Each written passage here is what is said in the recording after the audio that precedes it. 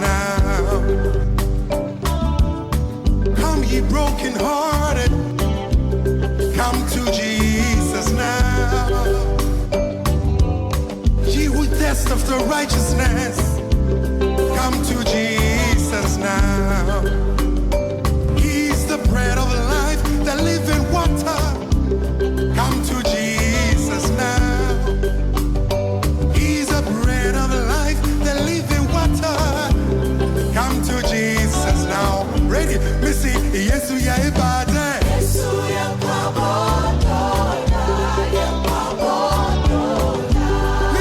yes, we are about that.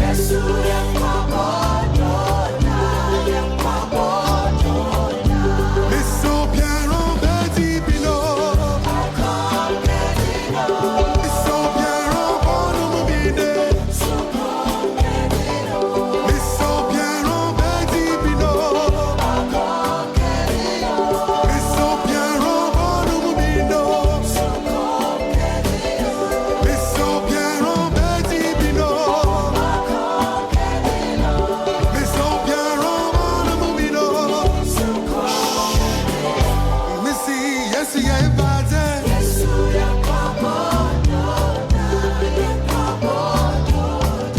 Missy, yes, yeah, about that.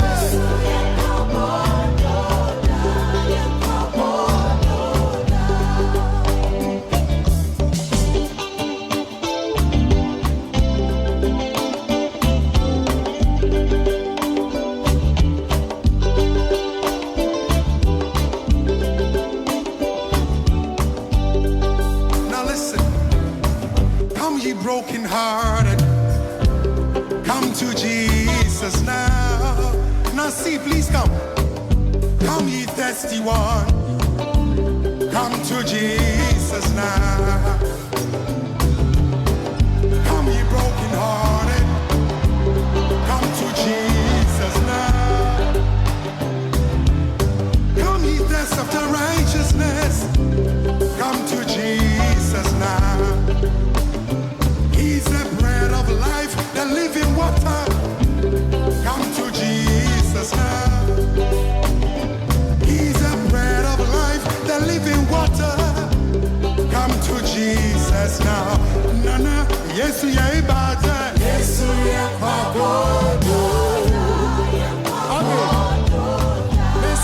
yes, we are about that.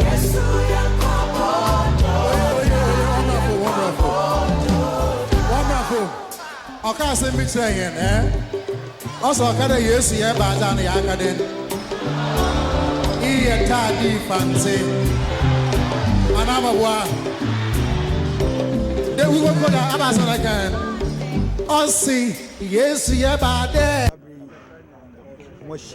Kasafidi so ena no pay aye Worcester Massachusetts me no kasai ene dason koma yen kuma se Ghana for ya betwehia ene ye mampani fi Ghana aba eba besran ene abetwetwe komo ahwe kwan a befa so a Ghana be konanim anase Ghana betumpo intine yi se wutwe oni hwe nipa mpempem akoma behia ha abofo wom Ghana fo wom Liberia fo wom nyina aba Ghana for na fra won kenti ma me fo ntoma kama ni nyina eba behia mampani ni no mampani abetwetwe komo em se nyeni nyina na ebefu ya hwadi ebae ya behu nipa na hodo a se be won so gidi se omampani dwumadie ne ne nsem bia ekoso Ghana no entwa yi a won so ekura placards ahodo ebe se woye kire ene tia ye niam ekoso Ghana ni nyina mu no Ghana for ya krado se de omampani eba bia no eba abeka bia no aye krado so obeji na de won so asema wo no akatro omampani se omampani kokodu Ghana omampani kokodu Ghana ono so atimi ahu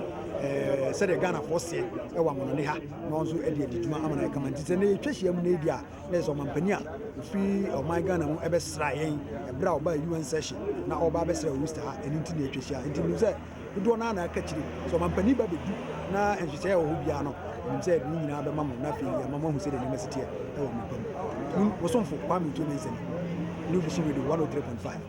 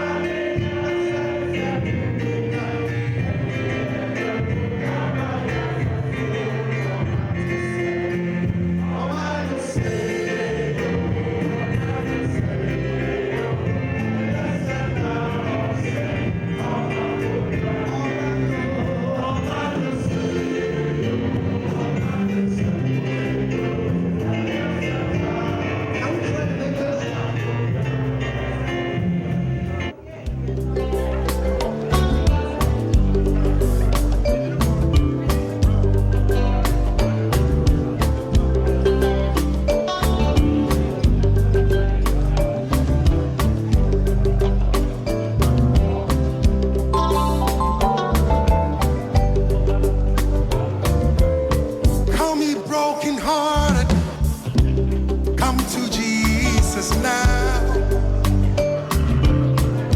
Come ye who hunger, come to Jesus now. Come ye brokenhearted, come to Jesus now. Ye who thirst after righteousness, come to Jesus now. He's the bread of life, the living water. Come to Jesus now. He's the bread of life, the living water. Come to Jesus now. Ready? Missy, yes, we are about that. Missy,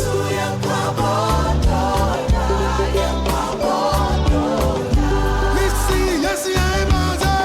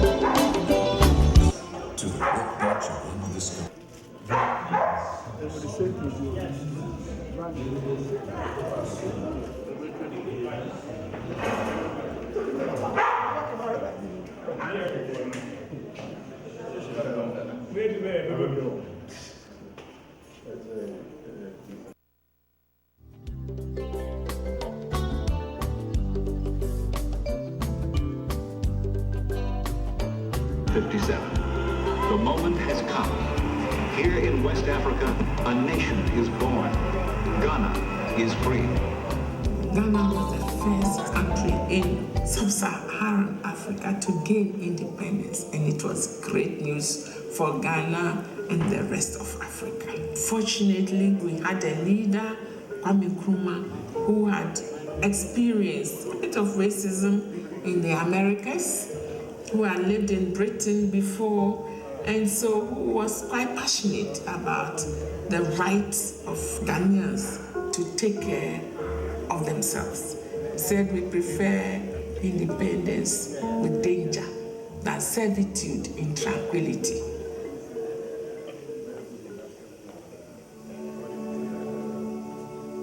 The single most important event that has taken place in Ghana since independence is the discovery of oil.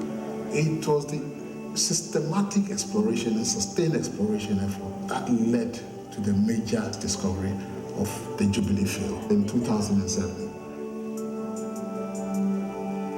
The discovery of oil in Ghana has tremendous opportunities in terms of job creation, not just in the oil sector, but in other industries.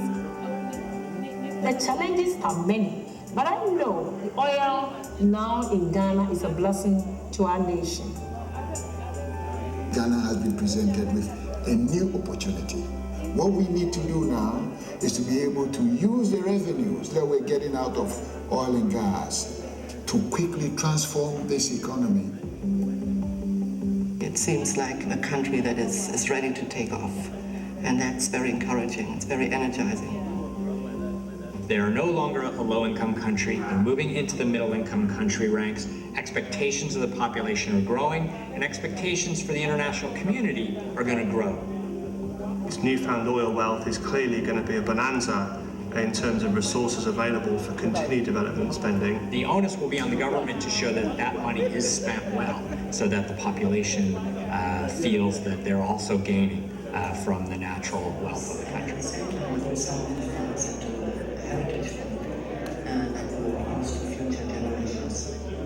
We have also established the Petroleum Commission, which is the revenue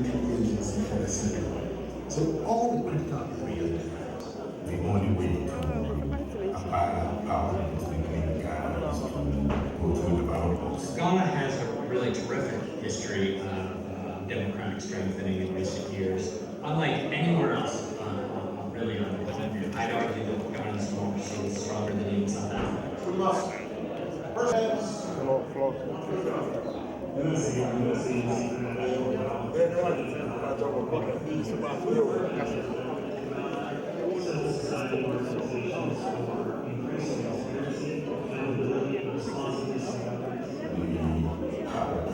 About 60% of Ghana's exports are African. That's double of the most. Notwithstanding the oil revenues in Ghana, there will still be a large proportion of Ghanaian households and a large share of the economy. Processes raw cocoa beans into semi-finished products. Schemes such as the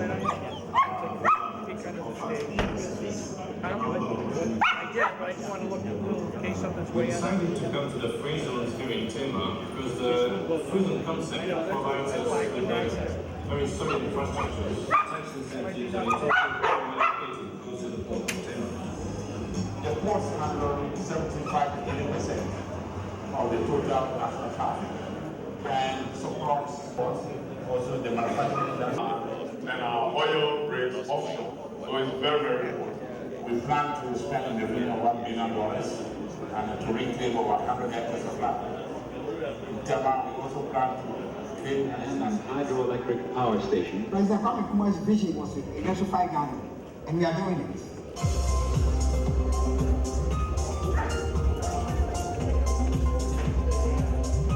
Currently, the energy generation is about 2,000 megawatts. We believe that we can go up to about 5,000 megawatts by 2015-2020. Volta River Authority has SARS offers training for current employees and also potential future employees. In terms of current employees, every single person on an annual basis has to attend either a technical leadership or managerial course, something that will add value to that person. It's a function of educating, the next generation.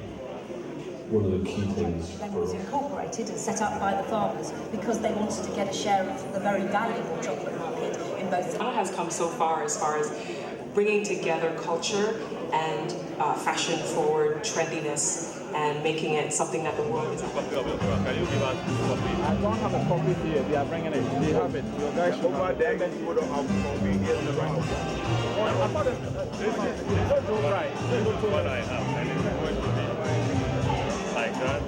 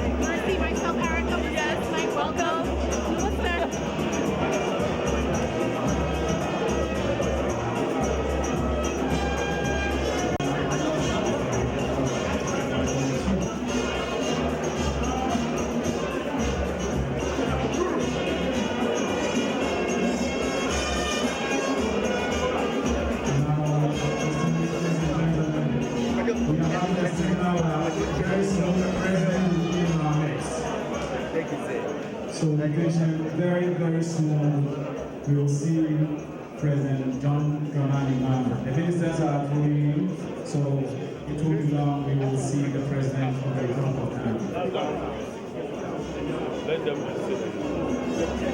Air Force One can't be forced Air Force One until and unless the President is on board. So ladies and gentlemen, let's be patient, and very soon we will have in our midst the President of the Republic, Sir John Dramani Mahama.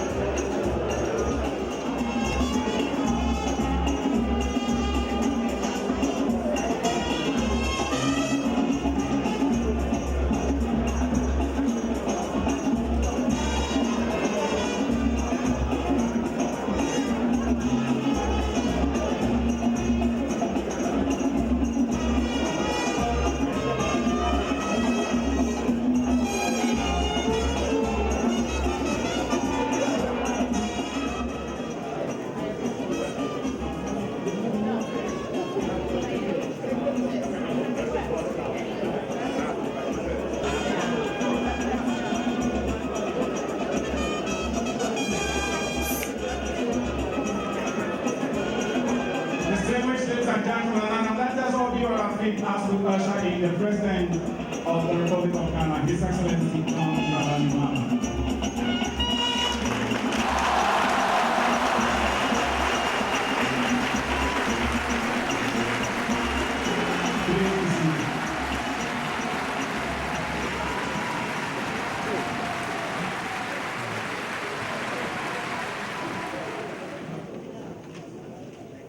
Mr. President, it's a great honor and privilege to welcome you and your entourage to the city of Worcester. To you, our profound gratitude and immense appreciation for accepting the invitation to visit with us. We are honored to have you here with us. Distinguished ladies and gentlemen, let us all be on our feet as we sing the national anthem of the Republic of Ghana and that of the United States of America.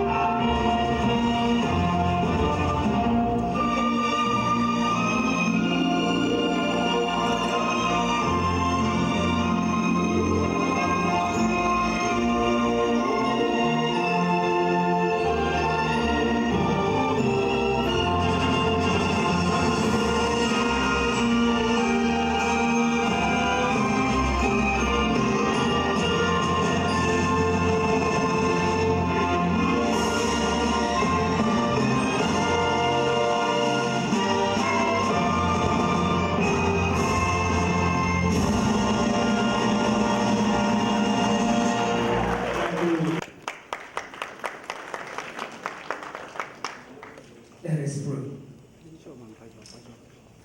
Dear God and everlasting Father, we thank you for a wonderful day like this. We bless you and we praise your name for all that you have done and all you continue to do. We thank you for the life of the President of the Republic of Ghana, His Excellency John Dramani Mahama. We thank you for the lives of the invited guests and all of us assembled here today. Father, we pray that you will bless this meeting with divine intelligence.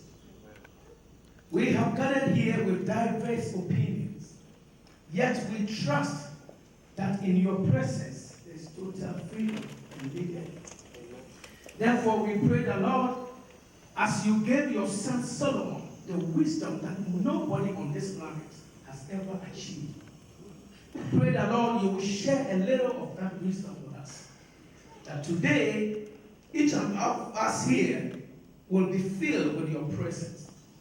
And that when we are leaving, we will have cause to say, yes, it is you who have made it possible for this gathering.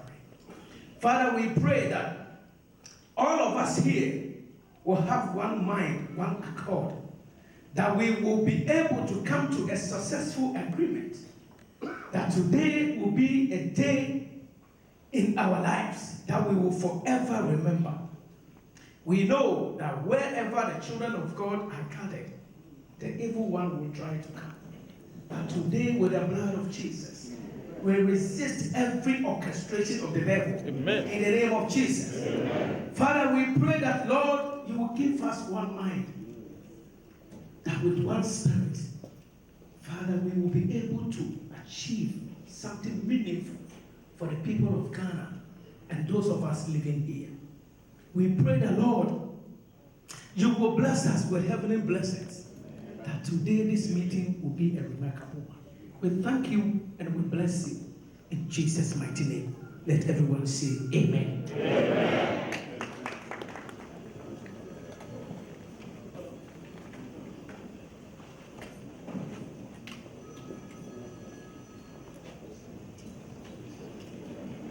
Good afternoon, distinguished guests, friends of Ghana and Africa, our brothers and sisters from the diaspora and fellow Ghanaians.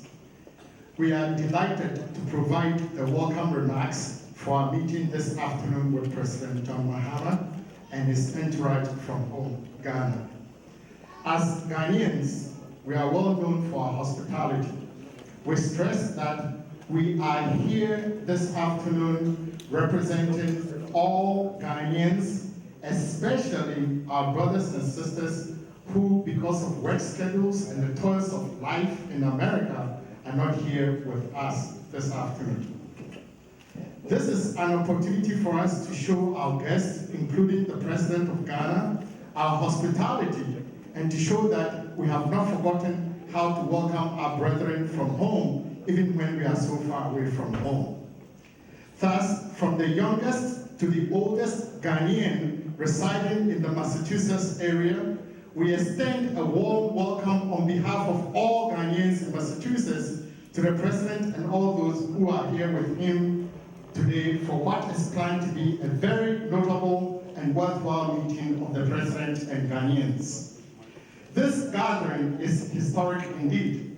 It is the first time a sitting President of Ghana has come to Worcester.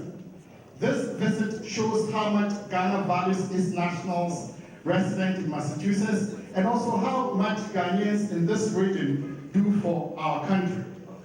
I wish to mention a few of the things that some people in this room and others outside this gathering contribute to Ghana. Many of the Ghanaians present in and out of this gathering have been sending equipment to hospitals, have been sending books to universities. Some people have even built libraries outside their hometowns. We also have professionals who have gone to Ghana on their own, at their own expense to provide professional services as doctors, nurses, teachers, pharmacists, and professors. Thus, from this gathering, this shows how much Ghana values its nationals resident in Massachusetts, and also how much Ghanaians in this region do for our country, Ghana. We might add that this gathering is a testament also to the good conduct and behavior of Ghanaians here in particular. I think we all agree that if Ghanaians here were not doing well and contributing much back home, the President and his entourage would not be here with us this afternoon. The President and his team here today also represent the nice relations between Ghana, the Black Star of Africa, and the US. Not too far from here, at Great Barrington, Massachusetts, is the hometown of one of the world's foremost Pan-Africanists, Dr. Du Bois. He moved to Ghana to support Ghana's independence, died, and was buried, and his mortal remains still are in Ghana. This is one of the many reminders of Ghana, Massachusetts, US connections. We also have abundant proof of Ghana's excellent relations with the US and the state of Massachusetts.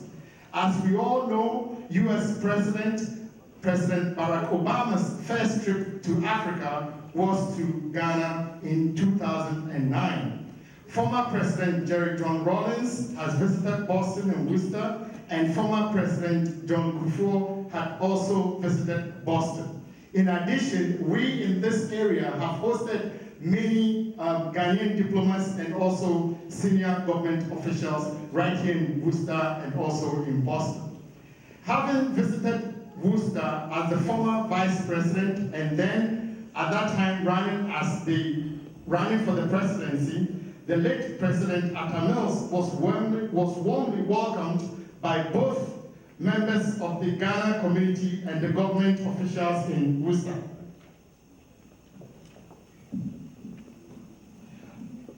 Upon the passing of President Mills and in sympathy with Ghana, Worcester City officials led by Mayor John Pete issued a declaration making every 4th August a year of remembrance for the late President Atta Mills. Now to our main objective. We are here this afternoon for a very important gathering, and our main and sole objective is to provide genuine, fruitful interaction between the President and the Ghanaian community. We wish to conclude our remarks by declaring that in accordance with our known tradition of Ghanaian hospitality, we all here assembled wish to extend to the President and his entire entourage a warm Ghanaian welcome. We anticipate that this meeting is going to be one that is very remarkable in the sense that it's going to provide us with a genuine opportunity to have real and genuine interaction with the President and his senior government officials. Please, let's all be mindful of the need to work as a united people, joined by a common destiny, and also unified by our sacred responsibility and determination to make Ghana, our homeland, better for all, and also very importantly, a better Ghana for future generations. Thank you very much.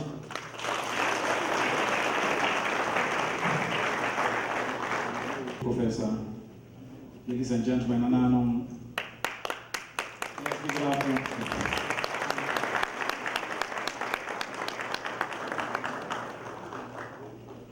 The head of Ghana Mission, Madame Ama Chum Amoa.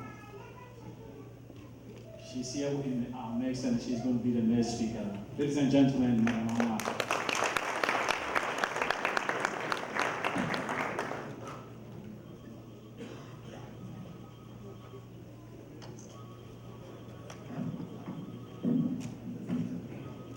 Thank you very much.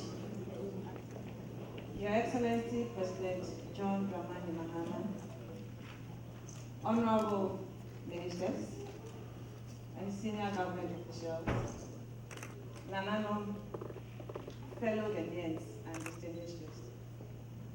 On behalf of the Embassy in Washington, D.C., and on behalf of the Ghanaian community in Greater Boston and in the city of Worcester in particular, it is my honor and privilege to welcome His Excellency and his delegation to the city of Worcester and to this event. We know that His Excellency has been very busy since he arrived in the U.S. last week. He has attended the UN General Assembly. He's had a lot of engagement. But as he always does, he has found time to meet with us here, to engage with us and to interact with us. Your Excellency, we in Washington have heard of the good deeds of our compatriots in Worcester. We know that they are flying high the flag of Ghana. They have been good ambassadors for our country, and they have very good relations with the city authorities. It is no wonder, therefore, that upon the sad pattern of our President, a declaration was made. Every 4th of August, it's known as President Professor John Evans Atta Mills Day.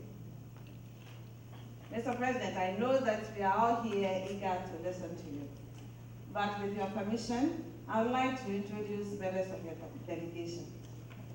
Starting from my immediate left, we have Honorable Professor Nana Jen Uboku Ajima, Minister for Education.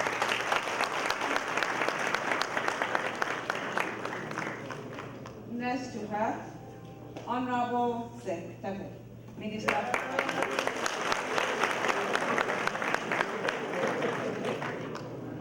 We have Ambassador Baba Isiku Kamara, a senior presidential advisor. Next is Dr. Raymond Atuguba, Executive Secretary to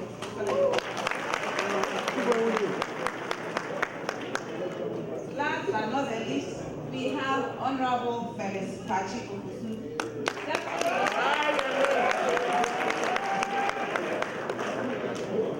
Deputy Minister for Communications in charge of media relations. There are a number of senior government officials here, and I know you will get to know and see them in time.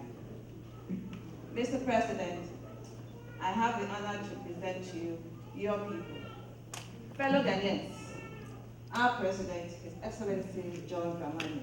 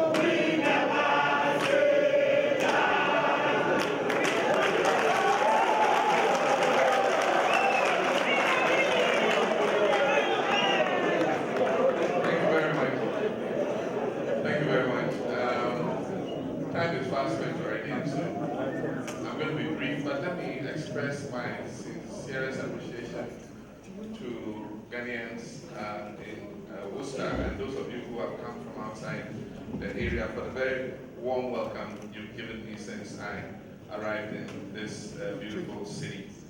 Let me especially say thank you to Nananum, for turning out in your very beautiful regalia and honoring me with your presence here. It's traditional that often when the president travels, we take time off to meet with the community in the diaspora. It's been a tradition that many presidents have honored, and I want to thank all of you for taking time off, what is very, very busy schedules. Many of you should have been at work today, but to take the day off and come and meet me is something I appreciate very much. I also appreciate our comrades and colleagues who are outside. They've also taken time off. It's because of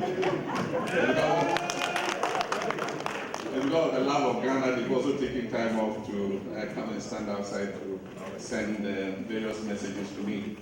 It inspires me to continue to work even harder to make Ghana a better place.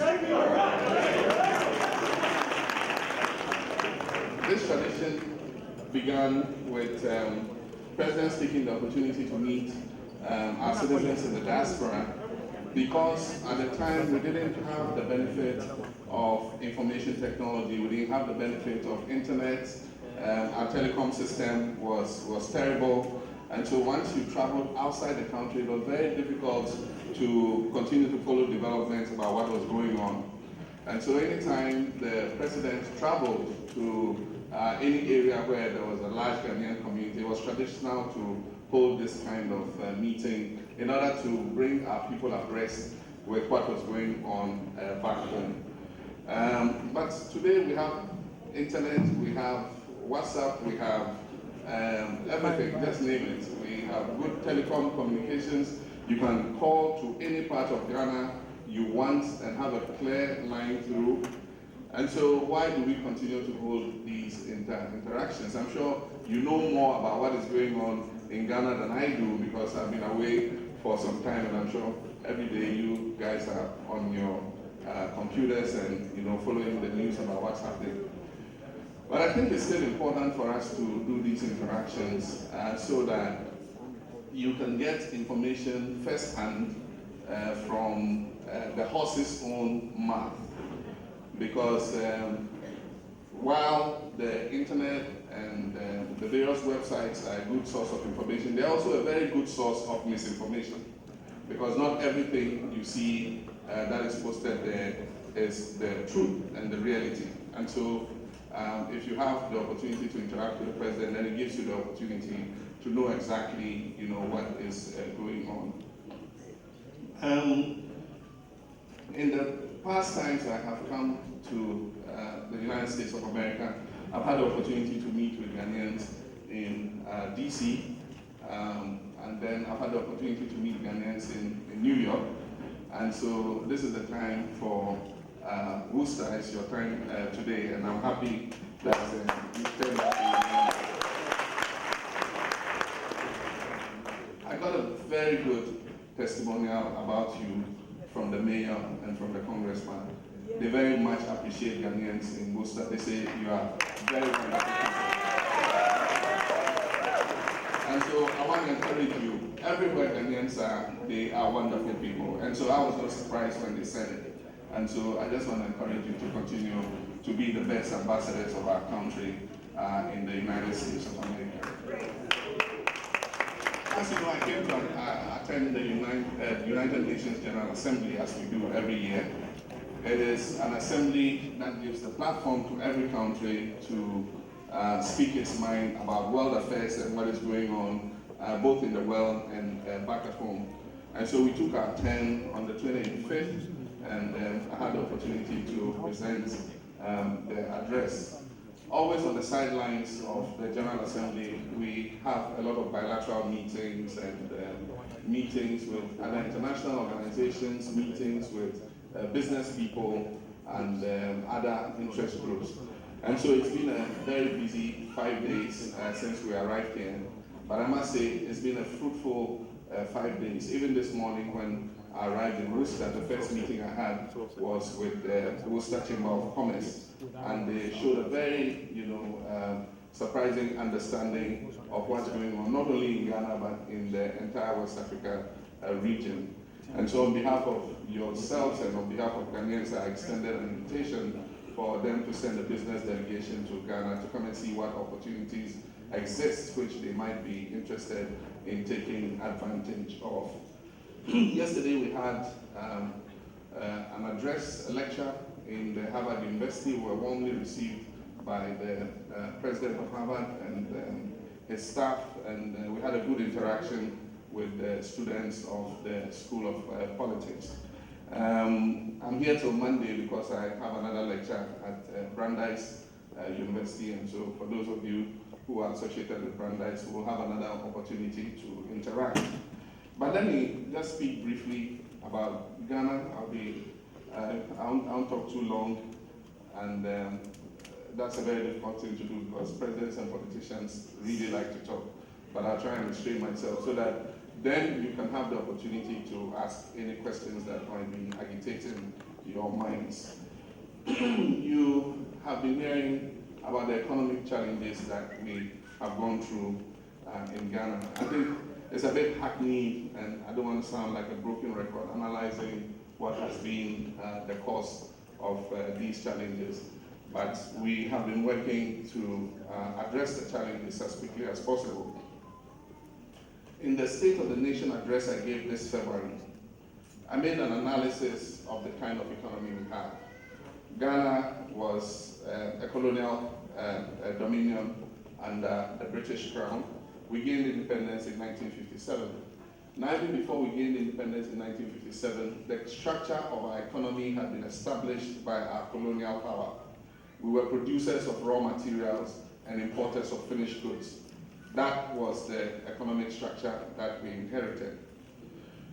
As soon as we became independent, our first president of blessed memory, Dr. Kwame Nkrumah, realized that that structure of the economy would not make it possible for us to guarantee sustainable prosperity and economic growth for our people. And so he began immediately the necessary investments to diversify the economy.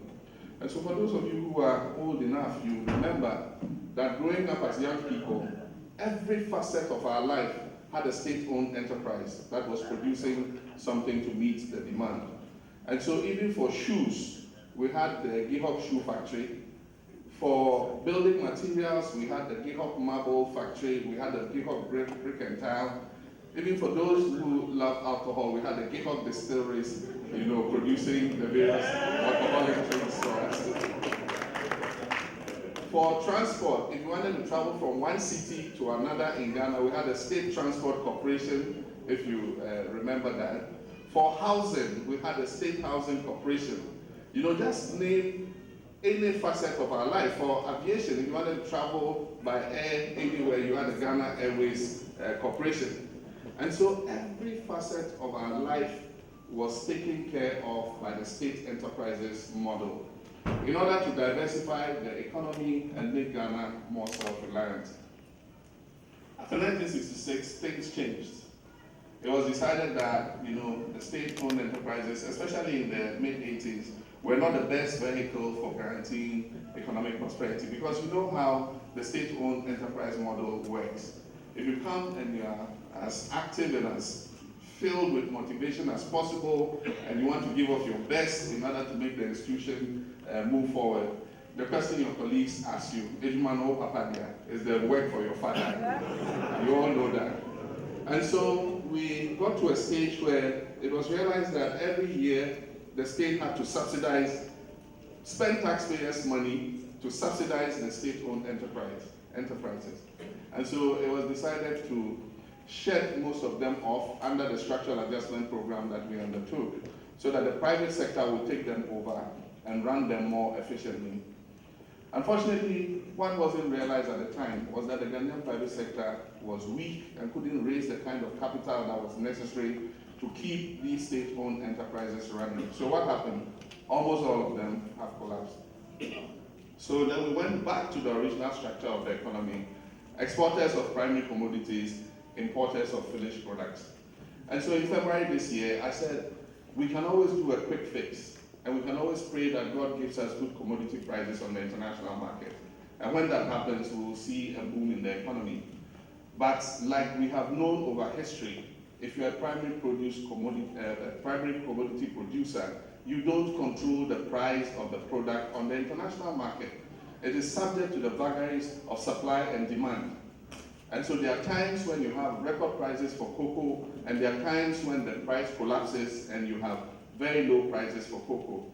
There are times when you have record prices for gold, and there are times when the commodity collapses and you have low prices for gold. And that is exactly what the history of the Ghanaian economy is. There are times when the economy is doing well. There are times when we have to run back to the IMF for assistance to be able to stabilize the macroeconomic environment. And so I called for a permanent transformation of the structure of our economy. It is a vision that I think if Ghanaians buy into, we will create a more robust economy. We will create an economy that has more pillars to stand on than just gold and cocoa. Today, our major exports are gold and cocoa, still, like when we were under colonial domination. In 2012, the price of cocoa and gold collapsed, and that is what has caused some of the challenges we have. Between 2012 and 2013, we lost $1.5 billion of export revenue into the economy because of the decrease in gold and cocoa prices. Fortunately, cocoa has rebounded and has recovered much of what it lost, but gold is still down there. It went from about $2,000 per fine ounce to $1,200 today. And so many gold mining companies have shut down some pits because they are not profitable for now to mine, hoping that the price will bounce back in the future. And so we continue to lose revenue from the taxes that are paid by gold mining companies. So when you find yourself in a circumstance like this, what do? You must change something. And changing that something is transforming the economy. It is not doing a quick fix. There are often you have something that needs to be fixed in your house or in your car. You can opt to do a quick fix, and after some few months, the patch will come off and you have to put another quick fix. Or you can decide to do a permanent and long-lasting fix that you're sure you're not going to have any trouble with that thing again. What we have opted to do as a government is to do a permanent, long-lasting fix to the Ghanaian economy. Unfortunately, in politics, people don't have the patience to wait for a long-lasting fix. Everybody wants a quick fix. Everybody wants to stay in his comfort zone, have things good, and then we all live happily ever after. But if we do that, we will come back to where we were again. And so what is the strategy of government? The strategy of government is, one, to look at the commodities we export and see how we can add more value to those commodities. Bring some of the processing home to Ghana. Instead of sending everything in raw form and having the processing done in the countries where the finished product is done, bring some of the processing, secondary processing or tertiary processing, back home to Ghana. And so with cocoa, So with cocoa, one of the visions that we have outlined for the Chief Executive and the Cocoa Board is to encourage more local processing of cocoa to the secondary stage. And so cocoa liquors, cocoa powder, cocoa butters, and other things that eventually go into cosmetics and into chocolates, let's do a lot of that processing back home in Ghana.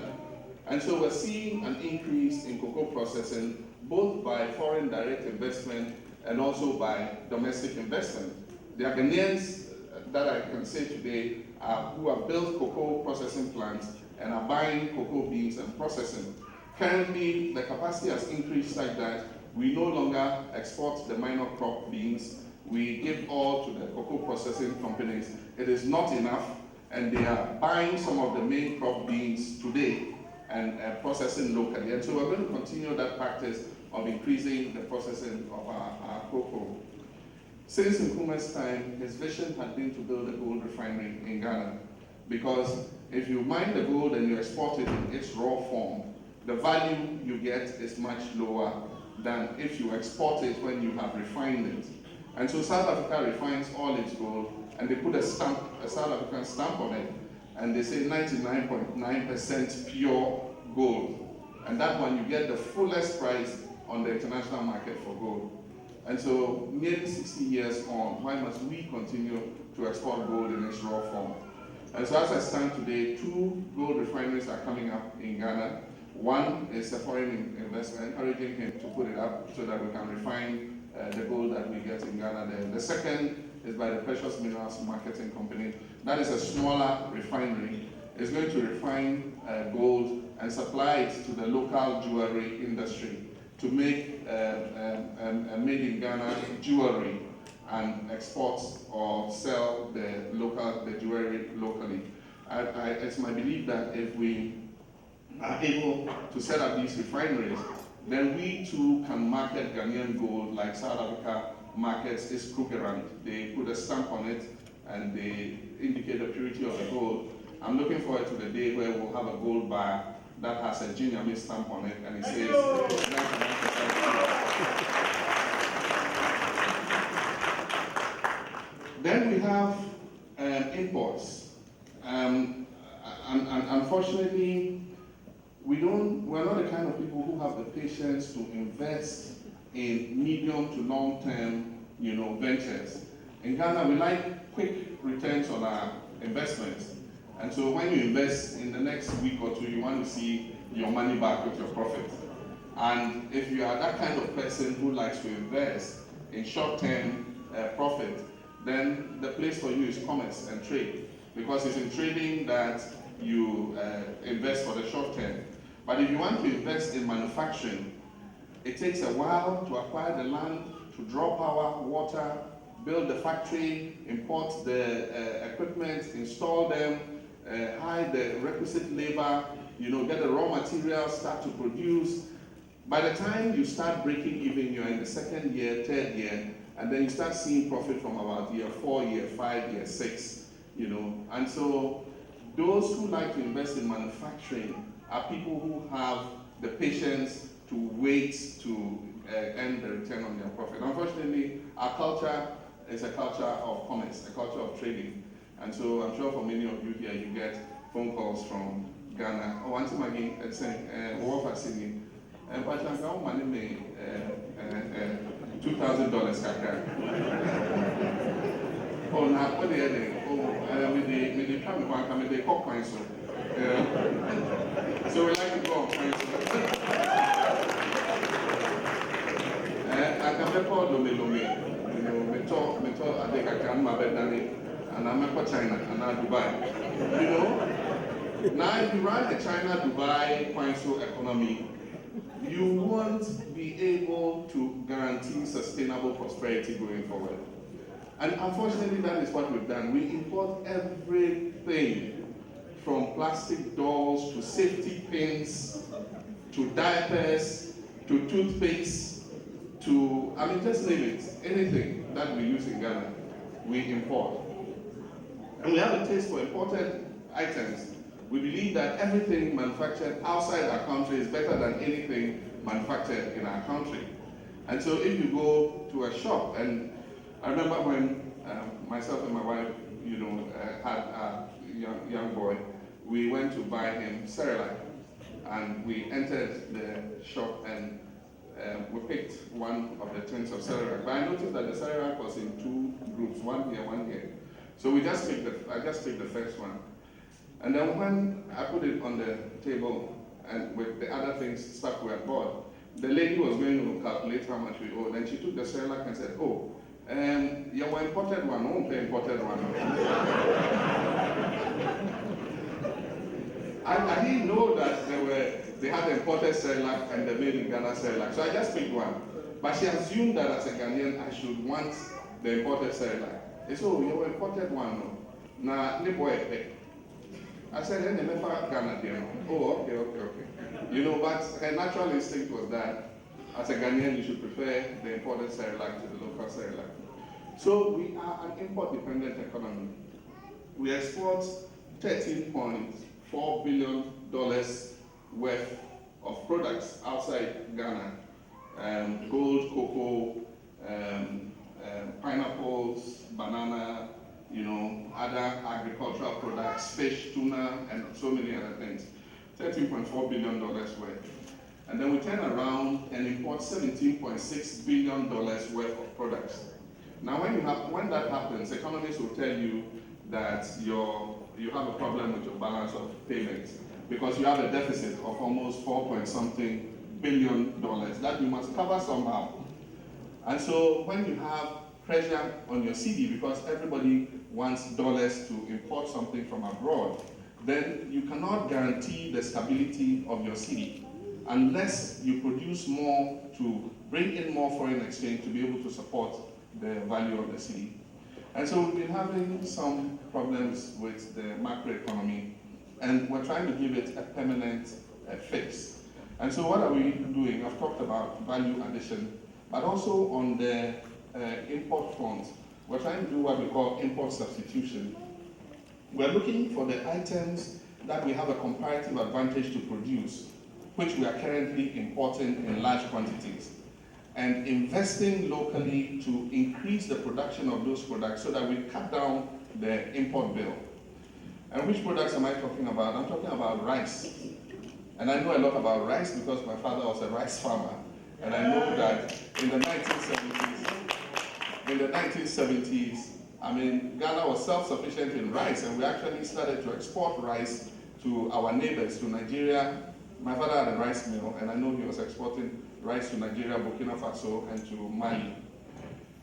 Today, and let me use last year's statistics, last year we imported $470 million worth of rice into Ghana, when we have a comparative advantage not only to produce enough rice to feed ourselves, but to export rice to other countries that need it. And it's not only rice, just name it, tomato, cooking oil, fish, poultry, all those items, sugar. Sugar, we imported $270 million worth of sugar. And in Nkrumah's time, we had the Asuchari sugar factory, we had the Commander sugar factory, and we're producing enough sugar in Ghana. So how come, why is it that today we have to import every grain of sugar that we eat? And so what government has decided to do is to put investments in those things that we have a comparative advantage to produce, in order to increase the production of those items and reduce the import bill. Those six commodities I spoke about, we spend $1.5 billion importing every year. And so we have started strong investment in rice production. And the thing is, if you put the investment in, you see the results. In the last 2 years, we've seen an increase of 60% in rice production in Ghana. And we're continuing that investment with the intention that by the year 2020, Ghana will become a net exporter of rice and self-sufficient in rice production. We have started investment in sugar. The Commander Sugar Factory, I'm sure those of you from Central Region remember it. It went into decay. Just a few months ago, I had the honor and privilege to go and break the ground for the start of a new sugar factory. And that sugar factory we are building in Comenda can produce half of the demand of sugar that we eat in Ghana. There's a second one that we're planning, which should take off before the end of the year or early next year. And it happened because I went to Mauritius and I saw a sugar factory there. And I spoke to the people who own that sugar factory. And I invited them to come and take a look at Ghana and see if they can do the same thing there. They came and took a look and they said, look, the conditions here are even much better than we have in Mauritius. And so they've come and done the feasibility study and they're coming to build a second sugar factory in Ghana. That's when we put that one in, we will be able to produce more than we need. And so it means between the two sugar factories, we should start exporting sugar to Burkina Faso and Mali and other countries that need sugar. And so in all those crops, in tomatoes, in vegetable cooking oil and all those products, we are investing so that we can produce enough of them and stop spending $1.5 billion every year to produce those items. And so that is the vision we have. We are in discussion with IMF, and I'm sure you've heard it, to try to bring back macroeconomic stability. Macroeconomic stability was lost because of the implementation of the single spine wage bill went up. Then aside from that, we had subsidies on petroleum products and utilities, and they were not clawed back in time, and so we had a deficit there. Then aside from that, like I told you, the price of our products fell on the international market. So it created a situation of deficit for us. We're discussing with the IMF to try and restore macroeconomic stability. We're looking at a 3-year program. SEC just joined us. The team was there until 25th, 2 days ago, and we'll continue the discussions when they come for the annual general meetings of the World Bank and the IMF in October, and we expect that by January we should go onto a program. My wish is that this is the last time we will go back to the IMF. This must be a permanent fix. It must not be just restoring macroeconomic stability and then after some years we find ourselves going back there. And so while we are working to restore macroeconomic stability, we must be fixing the institutional base that makes it possible for us to grow our economy and create prosperity. The question a lot of people ask is, oh, but Ghana has found oil and gas. You know, why are we suffering? And that has been one of the problems. Government has not been able to manage the expectations of Ghanaians since we discovered oil and gas. It doesn't mean as soon as you discover oil and gas, all your problems are over. It is still a young industry. Its contribution to our budget is still minimal. Last year, oil and gas contribution to our national budget was only $700 million. It's much less than cocoa gave us. It's much less than gold gave us. Its contribution is going to increase, you know, as we go forward. But as of now, it is still not having a major impact on our economy. It will start to have a major impact on our economy when we bring the gas production onshore. And we are almost on the brink of doing that. My expectation is that by the end of this year, the gas processing plants in which we've invested over the last 2 years will begin to produce gas. And if it starts to produce gas, that should allow us to supply gas to the Aboise enclave of thermal plants and reduce our consumption of light crude oil. It is estimated that it will reduce the value of our import of light crude oil by almost $500 million. And it will also give us more energy security. I'm sure you've heard about the West African gas pipeline. I mean, it's the most unreliable pipeline I've ever encountered anywhere in the world. You know, half the time we don't get the gas that we expect. Anything that happens in Nigeria affects us. Just when I was leaving Ghana to come, we had to start load shedding again because we had to shut down 300 megawatts of our power production because oil and gas workers in Nigeria went on strike and they closed the pipeline. You know, so if we get our own gas on shore, it will give us more security, you know, going forward because then it will be more reliable. And we're selling the gas to DRA in cedis, not in dollars. And so there are dollar exposure having to go to the Bank of Ghana and ask for dollars to import, light crude oil to come and fire their thermal plants will be resolved once and for all. And so that is one of the areas in which we are looking to benefit more, the gas downstream. We have another oil field coming on stream, which is the 10th field. That will be in the second quarter of 2016, and that will add another 80,000 barrels of oil to Ghana's production. We currently are 120,000 barrels, so that will take us to 200,000 barrels. And it means that the amount of revenue Ghana makes from oil is going to be substantial. In addition, there is a third field that is being worked on, the Sankofa field. It's being worked on by ENI. That's another 50,000 barrels of oil. But for me, what excites me is the gas that is going to come with it, because the gas allows us to integrate the oil into our domestic economy, because we can use some for power. Then it also provides us with LPG. This current gas processing plant we're putting in place, when we take the liquids out, it's going to supply us 70% of our total requirement for LPG. And so the liquid petroleum gas we use to cook, that we import completely from outside, 70% of it is going to come out of the gas and reduce how much LPG we import from outside. And so the benefits of the gas are far more than just selling the crude oil out. And so that's what excites me. The power sector, we are restructuring, and so we're inviting independent power producers to come in and produce power. And as you know, when I came for the US-Africa Leaders Summit, I was the only head of state who went back with an agreement and a check for investment in our power sector. After the successful completion of the first compact, we're implementing a second compact. And the second compact is worth almost $500 million. And it's going to make Ghana, by the end of 5 years, will be the most efficient producer of power in the West African sub-region.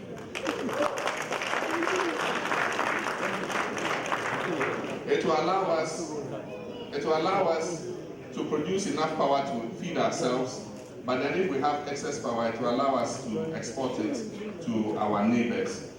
Other industries, light industry, hospitality, tourism, there are several of your colleagues in the diaspora who have come home and set up very beautiful hotels. There's one of them in East Legon. I don't know, I've forgotten the name. But there's a very beautiful hotel in East Legon, which was established by one of your colleagues who got fed up with the system and packed his wife and his children and his bags and went back home. And then they invested their money in building a hotel, and it's doing very, very well. The hospitality industry is one area. There are more visitors coming to Ghana because of international conferences, because of tourism, and so the hotels, especially the top ones, have a between 60 and 70% room occupancy throughout the year. And so that's an area you all will want to look at. Pharmaceuticals, we are encouraging. Ghana is becoming the pharmaceutical production hub for West Africa. And so Burkina Faso, Mali, Niger, they are coming to Ghana and taking their prophylactics, paracetamol, antibiotics, and things from Ghana. Recently, we've invested 50 million Ghana cedis in the pharmaceutical industry. We identified local pharmaceutical producers, domestic Ghanaian pharmaceutical producers, and we injected 50 million Ghana cedis into their businesses to produce more prophylactics and also to produce antiretrovirals for those of our colleagues who have HIV and AIDS. They need the antiretrovirals to stay alive. And so we are increasing domestic production of antiretrovirals. And so we've cut down the amount of antiretrovirals we have to import from outside. So pharmaceuticals are doing well. We have the Minister of Education here. She's a very, very powerful woman, one of my good ministers, and she's doing a good job with regards to reforming the education sector. We're building the community-day secondary schools, and she's in charge of that. And things are going well. The health sector is doing well. We're building more hospitals. Only 4 weeks ago, I approved in Cabinet the building of 15 new polyclinics in key communities in Ghana. We're building more district hospitals so that people have access to health care. And so that brings me to my final point, which is Ebola. Happily, God has given Ghana a Passover, and so every morning and every night, when you wake up or when you're going to bed, you just remember to continue to say a prayer that God continues to give us a Passover so that this dreadful disease does not come into our country. As chairman of ECOWAS, I visited the 3 countries affected, and the situation is quite dire. Ghana has made a lot of investment in our healthcare, and I believe that if Ebola comes, by God's grace, we should be able to contain it. But nobody wishes that Ebola comes into our country. The fact that God has spared us has given us more time to prepare for that eventuality in case it happens. And so we're creating the treatment centers, we're creating the isolation wards, so that if we identify any case, we can do the contact tracing and isolate the people. We are also putting screening at the airports, and so we bought the thermal guns to take people's temperatures as they arrive into the country. We're encouraging hand washing, everywhere we go, and we're generally supplying protective clothing to our health workers in case there's an Ebola outbreak. But the international response has kicked in now, and with the kind of resources we're seeing, I'm hoping that even in the 3 countries affected, we can turn the situation around.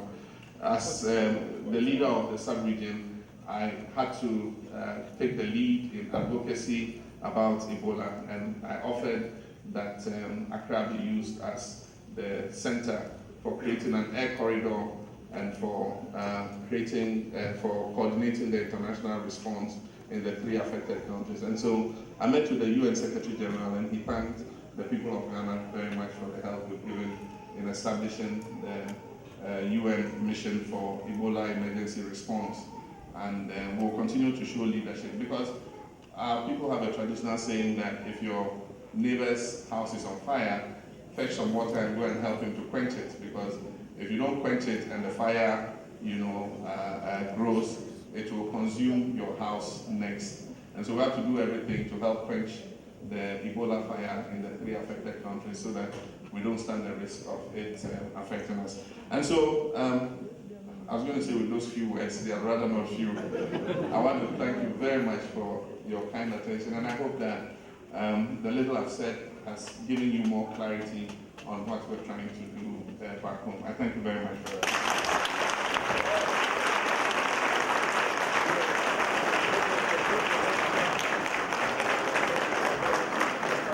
Thank you very much, Mr. President. Distinguished ladies and gentlemen, it's now time for questions and answers. I was hoping with the lengthy submission by the President, well, we could have just said thank you, President, and just walk out. Do we still have some questions for the President? Yes. We do. Okay, this is how we're going to do it. I'm going randomly going to pick 3 people, right? They will come up here, ask the question, and then the President will answer it. What? Please raise your hand. No fight. Raise your hand if you want to come up here and ask the question. And I will come up. Aja Divan. Okay. Then I need one lady from the middle here. Over here. Okay, we don't need to come up here, so just stay where you are, and then it's a gentleman. You are here, so why don't you? The next person will be a gentleman. I'm calling 3 people at a time, please. I will call 3 people at a time, please.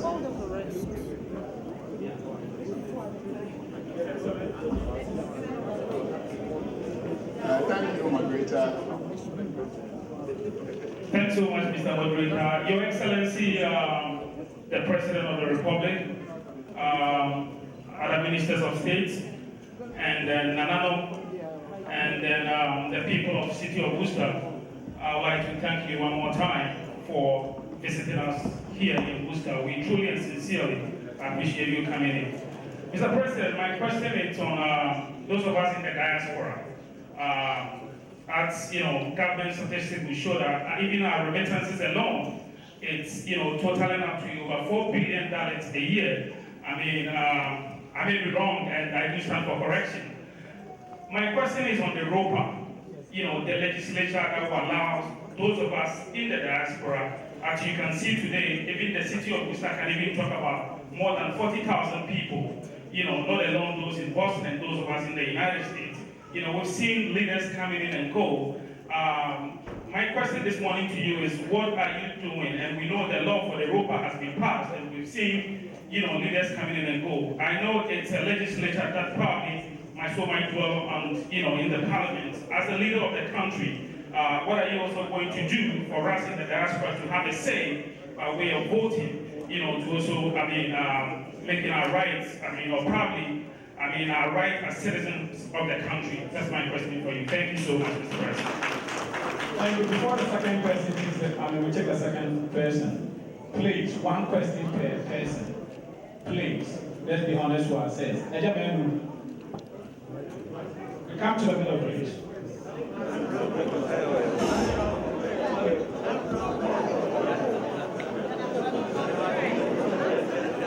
Please be seated. Everyone should please allow me to do my way. Thank you.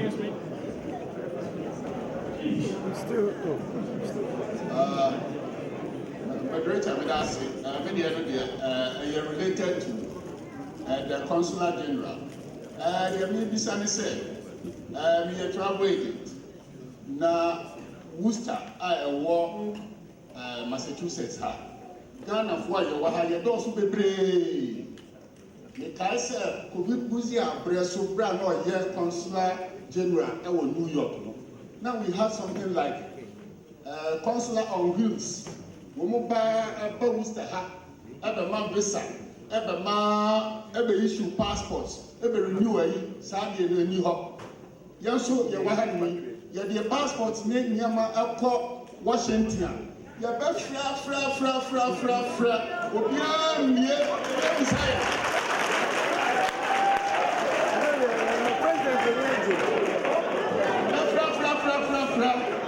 Obia and Kamuki, Ubisaka, Womso say, email, Nina and Tahoki, Intikame, Sebaya, Mommas are consulate, the Bimla Wustaha, may you see a whole toilet.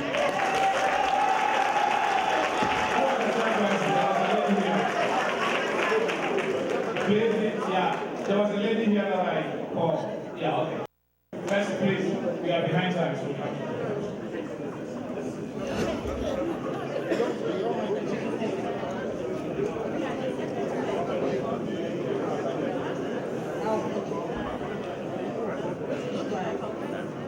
Good afternoon. My name is Nanekia Ajumanbedu, and I used to live here, but I've moved back home to Ghana. And I'm just here for a school program for a year, and I plan to go quickly back home when I'm done next year. My question is about corruption. There have been a lot of allegations and scandals under your administration, Your Excellency. But I'm not asking because I'm opposition, because under the previous administration, there were allegations and there were scandals too. So I think that my question for you today is how to come up with something that would make it easier. I know you have said many times that you want to get rid of corruption, and I believe you. But I see that if some of the institutions and the ways that it happens are not fixed, that this will continue. And despite all the good things that you plan to do, when people see corruption and they hear of it, it sort of discourages people. So my question today to you is about campaign financing. Because with the long-term plan that you have, I know that you're planning to run again and you'll be campaigning. And so, I just feel concerned that there are so many stories about people selling their houses to contribute to candidates, to contribute to parties and to elections. And if we don't follow the policies that are there, or maybe make new ones so that there's a cap on how much people can give, then when you come back, then there's this thing of people having to satisfy those who contributed, to their campaigns and giving them contracts. Okay, just one more minute. Giving them contracts or whatever that's my question. What is he going to do to make sure that this doesn't happen in the next campaign? Thank you very much. Thank you. So please allow the president to answer the question, and then we take another question. Thank you very much. We passed the dual citizenship law. There were some issues to do with it, which have been resolved. And so they've started issuing the dual citizenship certificates again, so that we're able to identify exactly who is a Ghanaian or who is a dual citizen holding two nationalities. But then also, you know that the ROPA bill went to Parliament and was passed. Following the recent Supreme Court case, the Supreme Court has directed that some reforms must take place in the Electoral Commission. And all of us were asked, to send our submissions in order that those reforms could be effected. And it's my hope that those of you in the diaspora would make a strong, case that the reforms should include extending the votes to Ghanaians who live in the diaspora. The Electoral Commission had said that it didn't have the human resources and the resources to do it immediately. And so whatever government can do to assist as the economy gets better to supply the Electoral Commission with the kind of resources that it needs, we should be able to do that. But I believe that in this reform and restructuring that is taking place in the Electoral Commission, you make your voices heard so that consideration will be given to extending the franchise to vote to our citizens who live abroad. I just had a quick discussion with the head of mission to find out what the issue with the passports and visas are. And she explained that they have just one printing machine and they take care.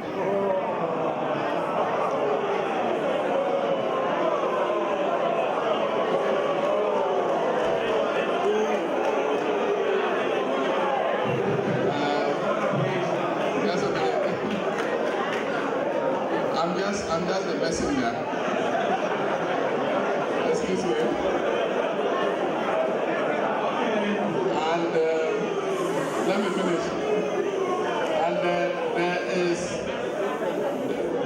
they have to take care of the whole of North America.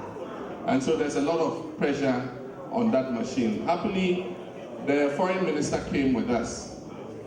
She's not here in Boston, but I'll draw her attention to it so that they can expand the capacity for doing the visas quickly. What we have said is that they should move to the e-visa platform so that you can do your visas online, and that will reduce the length of time that people have to wait. Thank you.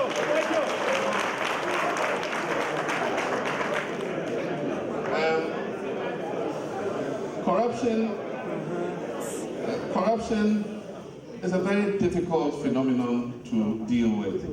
One of the major contributors to corruption that we have is the weakness of our institutions.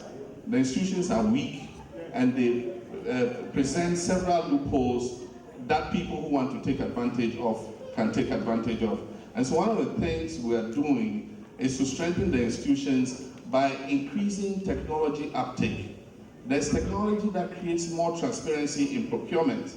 For instance, if you're doing a tender, it should be possible to do an e-tender so that the bids that people give are locked into the tender process. I have taken action to try to root out corruption in procurement by reducing sole sourcing contracts to a minimum. Because one of the major problems with corruption in procurement is that people take sole sourcing contracts. And so you negotiate the contract with only one contractor, and often you find that the contract is inflated and will cost you more than if it was a competitive tender. And so we have directed the PPA to give justification for every single sole source contract so that we reduce the number of sole sourcing contracts. I've taken measures to investigate corruption. When I became president, there were rumors about judgment debts and all that. I appointed a sole commissioner to look into judgment debt. He's doing it openly and publicly. All Ghanaians can hear what is going on there. when the events that took place in Brazil happened, I've set up a commission of inquiry so that Ghanaians will be a part of the process to see what happened there. And when these commissions are finished, we will publish the reports for all Ghanaians to see. And we all will take the decisions. If we have to sanction people, we have to sanction them. Jida, a member of parliament of my own party, is before court as I speak today. How many governments in the past have had the courage to prosecute their own people? Often, governments won't investigate corruption because if you investigate it, then it creates the perception that there's a lot of corruption. But I believe that the first step in dealing with corruption is exposing it. And so if allegations come up, I will have the courage to investigate them. And if I investigate them, let the sanctions fall where they will fall. But corruption is not the duty and responsibility of only the leader, it's the responsibility of all of us. There's corruption in Ghana in our everyday lives. When the policeman stops you, you yourself are in a hurry to give him money and go away. And so you are part of that corruption. That's the problem. But then everybody thinks it's just the responsibility of the president. All of us must help in the fight against corruption.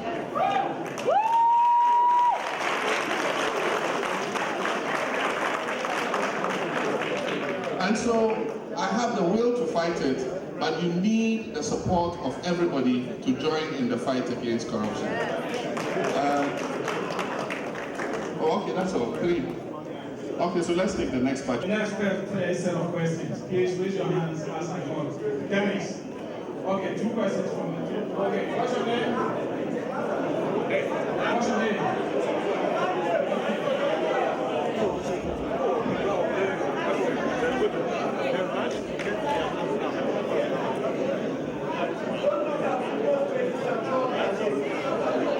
Quiet, please. Please. Listen. Direction. Please, see. Wait. I don't even know that's why I was asking his name. But we haven't selected anybody. Silence, please. Let's move on. Mr. President, please, if you can look at me, I'll be very grateful. Yeah. With all humility, I really want to appreciate you for the work you've done for the fire service in Ghana and the Reconstructive Praxis Surgical Operation Department. I understand the past administration were doing something on the reconstructive building, which I saw you doing some advert on TV, but I never saw it coming to reality anyway. I sustained brain injury when I was just 1 year old. It was very severe. I know you've heard the name Dennis Opoku-Jenfi, probably on air or wherever. I'm here for just 2 weeks for a program, World Pain Congress, as you are here. I'm so happy and touched to be here so I can present to you formally so you know what is going on with the Burns department. With the fire service and the gas project you are starting, I hope most of the problem will be solved because of the importation of the cylinders and other issues. Now I have here. Dennis, please, just please allow me. I have here with me most of the disfigured people. We don't have psychologists purposely for the Burns in it, and we end up helping them to survive. At the end of the day, they remain indoors. I'm here sacrificing, and I've been doing this for the past 5 years with Ghana Burns Survivors Foundation. I really want to get the helping hand so this can be done appropriately. I'm the only person, and this good thing is starting from Ghana as Burns Survivors. Thank you. Thank you. Please, our questions should be questions. If we give speeches, we won't be able to take more questions. The president has another assignment. Please, let's go straight to the questions and answer the president.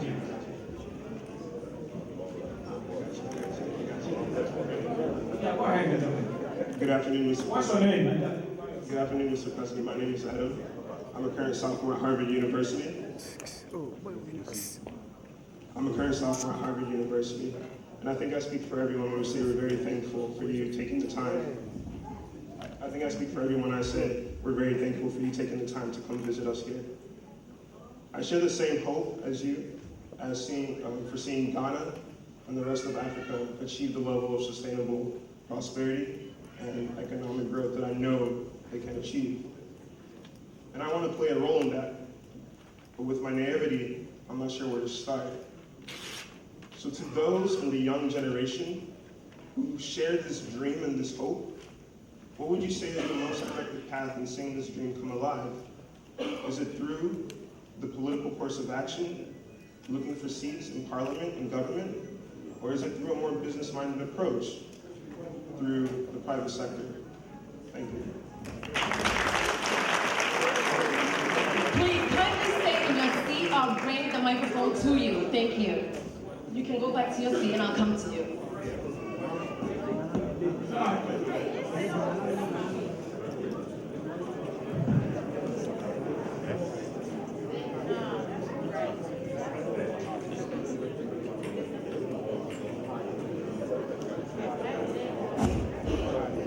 Mr. President,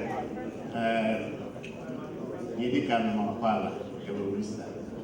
We did in Manankansa, Miata. We have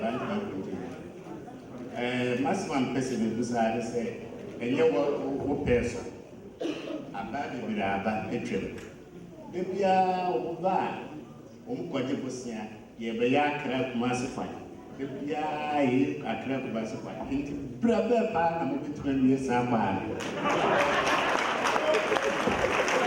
We have a clear question, so your Excellency, please you go ahead and answer the question for you.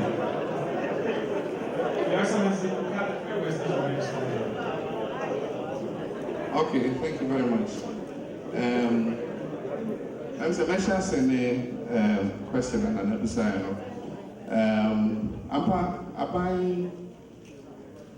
Abobosia, I acquire be.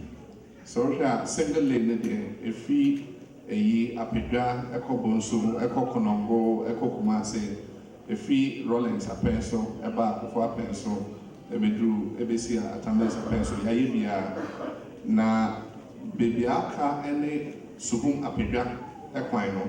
I hope 7 kilometers via car on the single lane. I was saying, now, actually said, for single lane road there, a bedroom, sa Akopin Kumasi. Also, you have a dual carriage. Na afe Niabani said, and me coin said, ever Bob was here at the Abeshe coin Abra. You bet me a friend of public private partnership. I just a private sector at the Omusika, Ebeba Beshim. Na on my coin, on your coin, we are normally told a plazas a seahole. Inti Obia Faswa, no Triakakra, Inti Beko 15-20 years near Tria coin. Inti Afe Sani Ashisheno. Into a crack massive dualization, I want the PPP secretariat, every private sector, then they are on the sum, Edio Musica Shemuna on my appointment. And me what did say, Sami first term of office here, Beko could dream here, and not your son Aka, private sector partner, Bia, or the Musica Shemuna. Let me talk, the young man who spoke, there are different options open to you. You can want to choose a career in the public service, or you can do like most young people are doing in Ghana now, become a young entrepreneur. I'll encourage you more to go into entrepreneurship.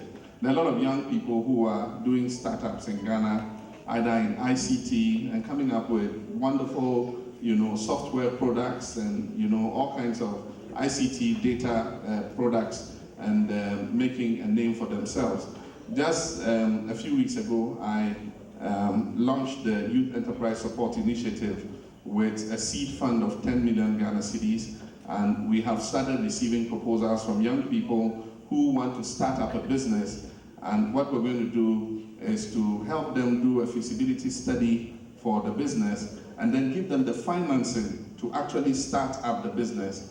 And we're taking successful Ghanaian business people and creating them as the mentors of these young people. And so that successful businessman will be the one to visit you like every month, look through your books, make sure you're doing the right thing, and then after a number of years, when you're standing on your own feet, we'll graduate you out of the system. And so it's going to be a revolving fund.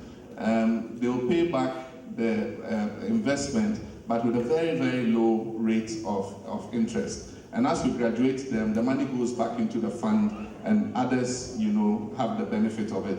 And so it's been established. I inaugurated it, and we have opened the request for proposals. And I assure you, the proposals are flowing in like no man's business. So we'll go through, and then we'll choose the most viable of them, and then we'll support them, and then we'll do another wave, and another wave, and another wave.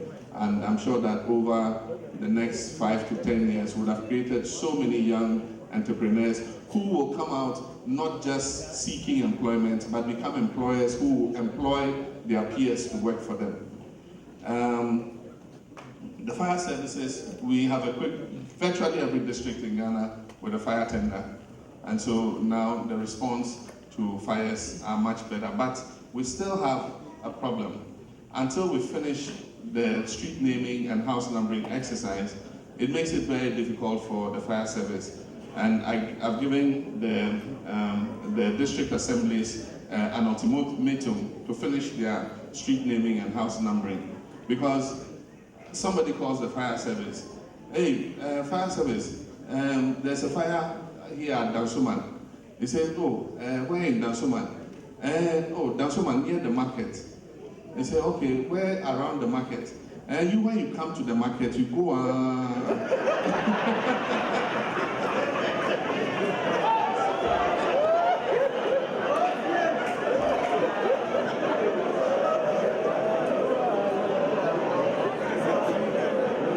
I'm sure you've all heard this before.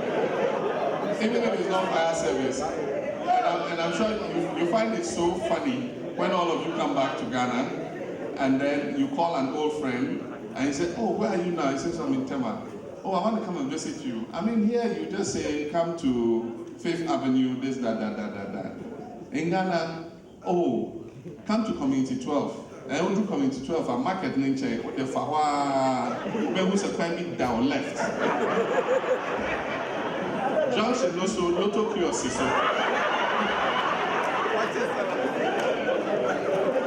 Now, who left now? Who cock a crab?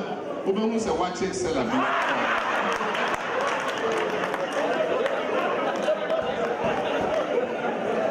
I mean, if your house is on fire, and this is the direction you are giving to the fire service, I mean, when will they get to your location to put the fire off?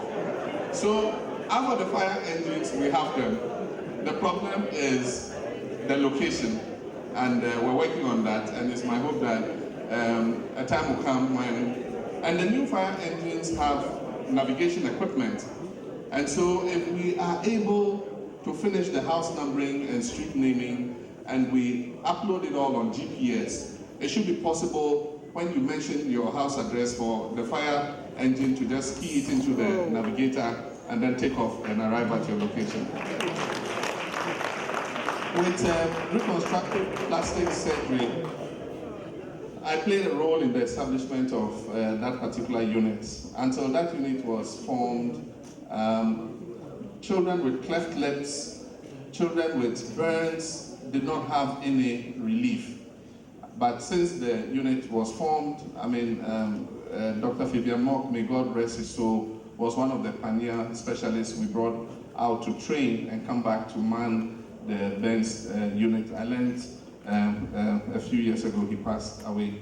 But there are more young trainees in that unit who are doing a fantastic job, repairing cleft lips and, reconstructing, especially young children who get disfigured as a result of burns. I thank you, Doctor, for the work you're doing, and it's my hope that when you come back, you speak to the Minister of Health and see how we can add more value to the work that particular unit is doing. What we've done in Kolego is to set up units of excellence. And so there's a cardio center, which is doing open heart surgery in Ghana. We have the plastic and burns unit that is giving, plastic surgery to people who suffer burns and accidents. We have the radiation center that is giving treatment to cancer patients. We have the renal and kidney unit that is giving services to kidney failure patients. And we've started doing some kidney transplants, limited though, but we are expanding it. We have a team that comes to visit of specialists, and they do some kidney transplants locally in Ghana. We're looking to expand that and train more Ghanaians so that they can do the transplants locally. And so we are continuing to expand our medical facilities, and I believe that it is to the benefit of all our people. Thank you very much. Thank you, His Excellency. Okay, the last set of questions. The gentleman in the white. Kindly remain in your seat, please. Remain in your seat. Yeah, remain in your seat. No, they need to be. You want to please one more question, you'll be answered.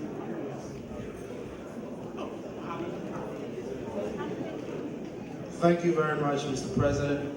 It's a privilege to have you here in the city. And to Professor, I'm a good friend of your son. Okay, sorry. So we do thank you for coming. And I do have a question. You spoke to issues concerning our wage bill and how it affects the economy. It's true. Clearly, you can't reduce salaries or anything like that. But we must also, or it's also true that we have too much wastage in the system. For example, the recent scandal that hit Siraj. Too much money is being paid to individuals in terms of emoluments. To me, if you analyze it properly, it's a lot of wastage. So my question to you is, Mr. President, what are your plans to, one, cut down on wastage in the system? Because you can't reduce salary, so you have to get more revenue in another way. So you have to reduce wastage. That's one. Two, we have a huge informal sector. I mean, since your presidency, I haven't seen any policy to get more tax revenue from the informal sector.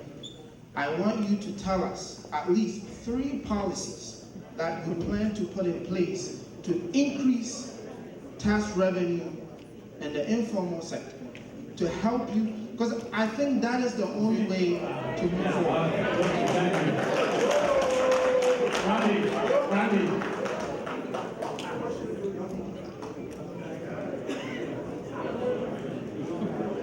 Thank you so much for joining us here in Worcester, Mr. President. My name is Randy Feldman. I'm an immigration lawyer here in Worcester. And there's been very, very many people from your country, from Ghana, who work incredibly hard in the United States. And those folks very often want to send their money back home. And unfortunately for them, Western Union, Vigo, and these kind of companies take a tremendous amount of their money when they try to forward it back home. With international banking becoming as present as it is, and banks here in the US and banks in Ghana, I want to know, what could the government of Ghana do to encourage its banks to have better relationships for small transfers so that people who own accounts here can partner with banks in Ghana and at a very low fee be able to send their money back home?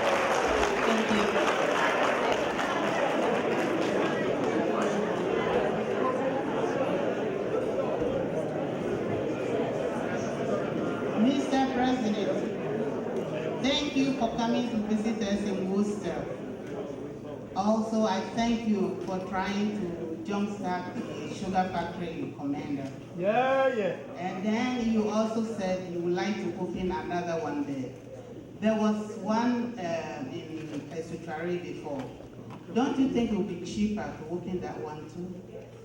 And then I was in Ghana about 3 months ago, and there was no water at Kolibu for 3 days. I was very worried about this. Will it be easier or possible to open a reservoir, something at Kolibu? I don't have the money, but I can start, by giving $1,000.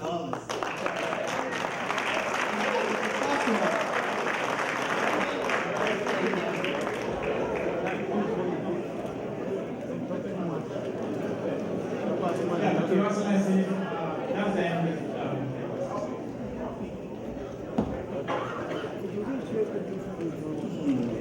Thank you very much. I'll start with the question on waste. Indeed, I share the same sentiment with you when it comes to waste. There's a lot of waste in Ghana's public sector, and people have gotten used to it, and so they don't want change. And if you remember when I was talking, I said even the uptake of technology, there's a strong resistance to it because it creates more transparency in the system. Following what came out with regards to the charge issue, I have asked the Chief of Staff to write to all government departments to give me a report on premises they are renting, because we want to see what is happening in that area and be able to resolve it. What happened was the previous government started a redevelopment of the cantonments area. And so a lot of the government buildings that used to be there were demolished and sold off, to private developers. And so we have a lot of public officers who do not have accommodation. Now what happens is, if they don't have accommodation, then they are giving 20% of their salary as a rent allowance.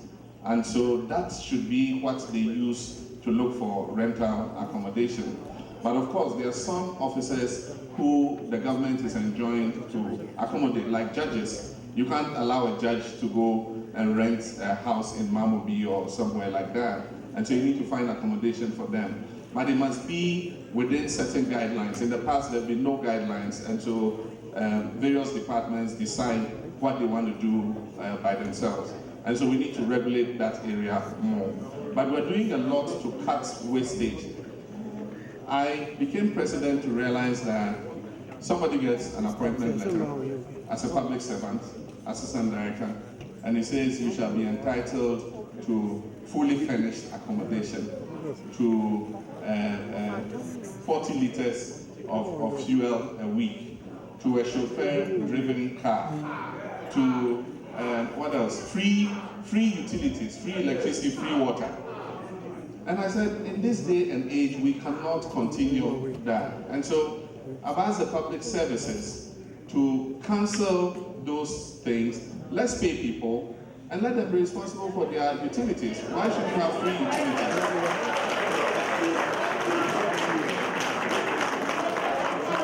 And so the first step, one of the first steps I took was to ask the Electricity Company of Ghana to put prepaid meters in the houses of all my ministers. And as I speak today, all my ministers have had prepaid meters put in their houses. And so they have to go and buy the units and come and load it on themselves. I think that's the way we should go. We should pay for our own water. Here, who pays for your water and your electricity? Who gives you a chauffeur-driven car to go to work? Who gives you fuel to go to work? You must go to work. And so we need to change that. But I mean, it's gone on from colonial times that people think that it's a right. But the time has come when we must make a change. And I'm committed to making that change.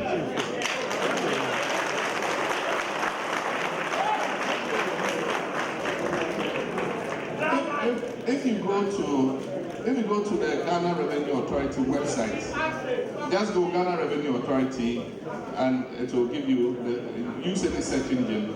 It will take you to the website and you'll see the reforms that we are doing. Before, the revenue agencies used to stand on their own. So you had the VAT Secretariat, you had the Internal Revenue Secretariat, and then you had the Customs Division. And all of them were separate from each other. What we've done is we brought all of them together under what we call the Ghana Revenue Authority. And we are creating a common server that registers all the three divisions of the Revenue Authority. And so if you pay customs, you will use the same tax identification number for paying customs. If you're paying your domestic tax, you use the same tax identification number. If you pay VAT, you use the same tax identification number. So now what is happening is it's making it easier for us to assess exactly how much tax people should pay. Before we didn't know, he'll go and negotiate with Internal Revenue separately, he'll pay his VAT separately, and then he'll go and clear his goods from the harbour separately. But today, putting those three together and using the same tax identification number, we're able to see how much people should be assessed. Aside from that, we have, like I said, given special identification numbers to everybody. So everybody who pays tax has a special tax identification number. So it makes it easier to manage the process of the tax. The informal sector is being encouraged to come into the formal sector.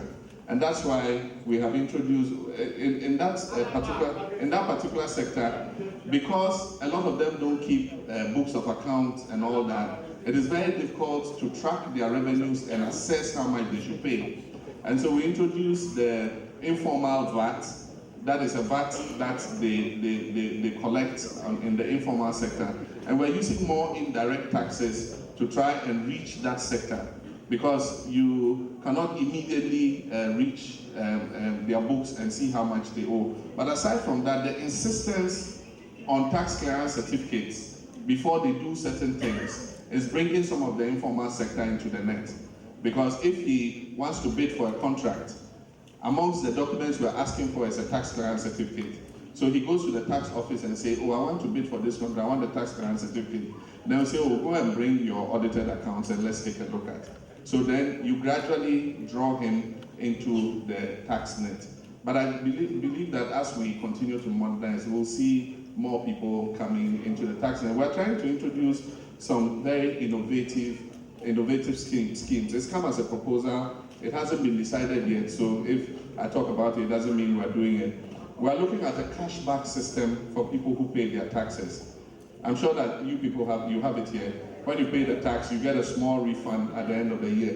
This is to make our people insist on collecting their receipts for their taxes. And so if he pays his VAT throughout the year, and VAT, you pay it on consumer items anyway. But in Ghana, when we pay it, we don't insist on receipts. You can't even believe it. When we go through the motorway and we stop at the toll booth, we are required to pay 1 cedi. We give the 1 cedi to the person sitting in the toll booth and we drive off without taking the receipt. And so the person just puts the 1 cedi into their handbag. You know, I mean, if you are prepared to pay the correct amount, the least you can do to make it accountable is take your receipt, so that government can earn that money. You know, but we just pay and then just drive off, and then the person puts it in their listing. But if you pay all those things and at the end of the year, we give you back a little of it, then it will incentivize people. When you go to eat in the restaurant, you say, hey, Charlie, mommy, me part receipt, you know, because you know that in May, June, maybe a little of it will be paid back to you. So we're looking at all those kinds of incentives to see how we can energize the tax system. On the last issue, no water at Kolebu. There was something about water at Kolebu. Accra City alone has a water requirement of 125 million gallons a day. And it has two sources of water, the Wager treatment plant and the Pong treatment plant. Accra has grown beyond the size of those two treatment plants. Both of them produce collectively about 80 million gallons. And so we have a shortfall of about 40 million gallons. And so we're building a new treatment plant at Pong to add another 40 million gallons to the water that comes to Accra. And by the end of the year, I'll commission that plant. If we commission that plant, it will be producing, it means the total production in Accra will be 120 million gallons. And that, for now, should be able to satisfy the demand. What we're doing now is getting the private sector to come and contribute to water production. And so, as I speak, there is another plant that is being designed for Asotware purely by the private sector. They're going to produce the water and send it by bulk pipe to Accra and then sell it to Ghana Water Company to distribute. And so if that comes on stream, that is going to be another 20 million gallons. And then we have a water desalination plant. It's the first desalination plant we are trying. It is off the coast of Teshinungwa, and that is going to produce another 10 million gallons of water. And that water will serve the Teshinungwa enclave first. It's a water-starved area, and so I'm sure that once the desalination plant starts, the water problem in Teshinungwa will be solved.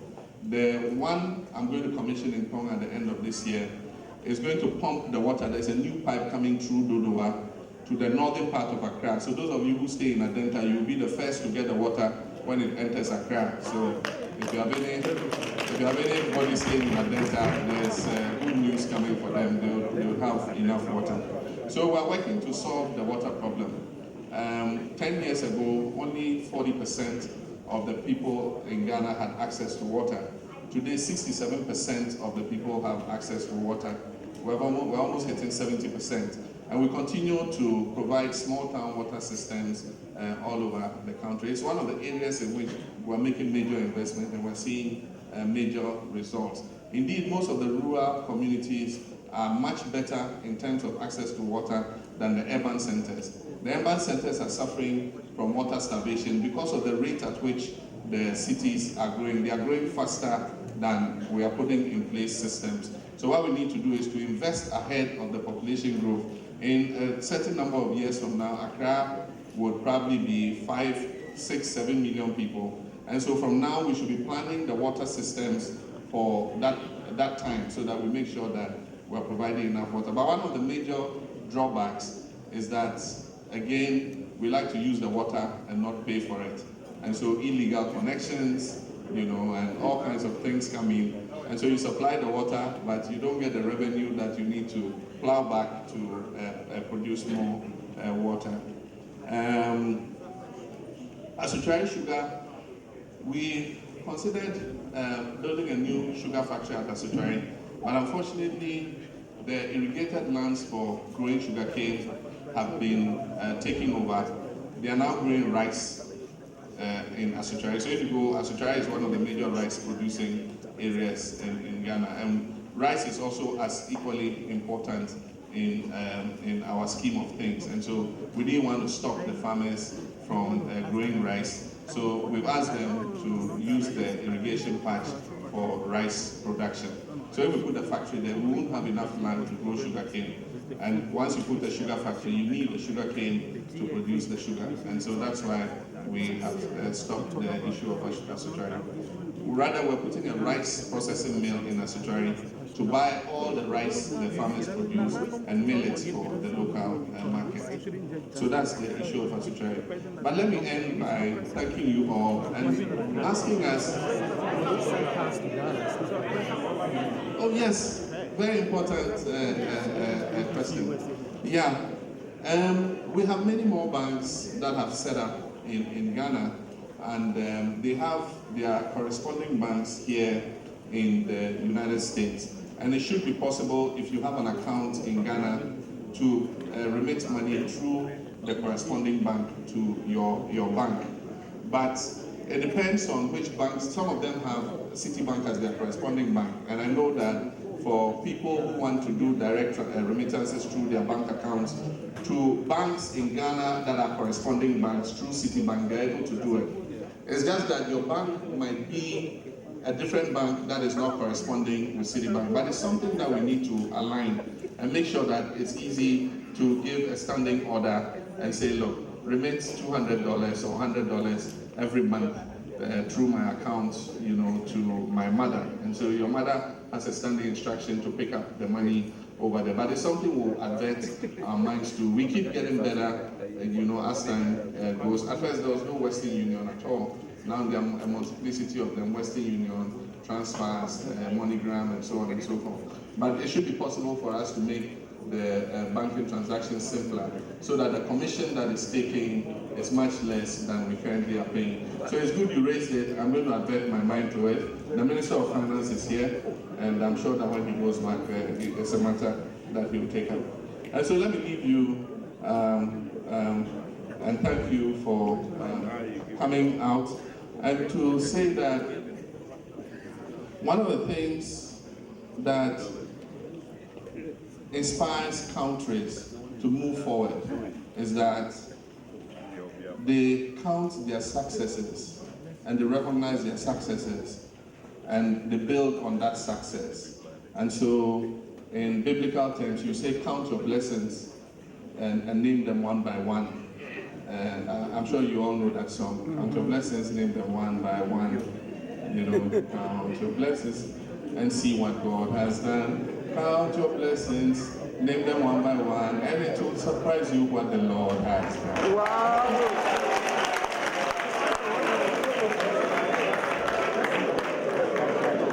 Unfortunately, in Ghana, we don't count our blessings. You can have a cup, you can have a glass, and pour some water in it, halfway. You can describe that glass as half empty, or you can describe it as half full. If you describe it as half full, you are motivated to put some more water to fill it. If you count it at half empty, then you demotivate yourself from adding more water to fill it. It is only when you count your blessings and count your successes that you have a certain motivation to build on the successes you have achieved. Unfortunately, in Ghana, if you just sat somewhere and listened to us, you think we live in the worst hellhole in this world. I've listed other countries on the same pedestal as us. And look, God has blessed us to have that country that we have. You know? And until we begin to recognize our successes and work together towards making Ghana the kind of country that we want, we will continue to move along slowly. And I believe that all of us have a stake in making our country better, and continue to do the good things you're doing. We appreciate your support, and I hope that things go well for you, and we hope that in the future, you know, as things get better, the kind of skills that you all have acquired here, you might see some opportunity back home to come and establish something at home and come and join us to make Ghana the better place we all want it. Thank you very much, and God bless you.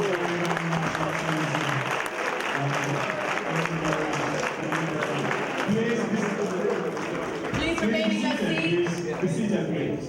Be seated, please. We are not done yet. Thank you very much, Your Excellency, for giving us the opportunity to ask some questions and providing us with these answers.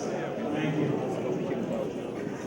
Distinguished ladies and gentlemen, we have come to the end of the questions and answers. We won't be able to take any more questions. We are done. We are done. Thank you. Now, we are going to call upon the chiefs, the Nananum in and around Ringo, to do a presentation. So Nananum, Mahama, right.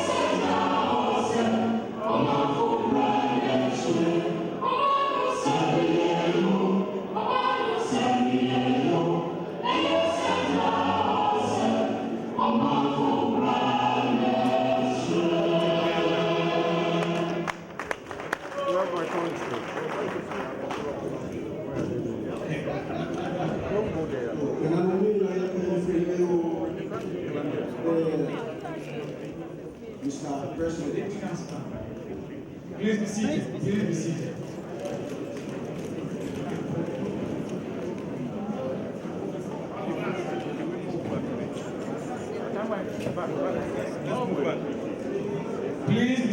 cameraman, the first call, please. Mr. President,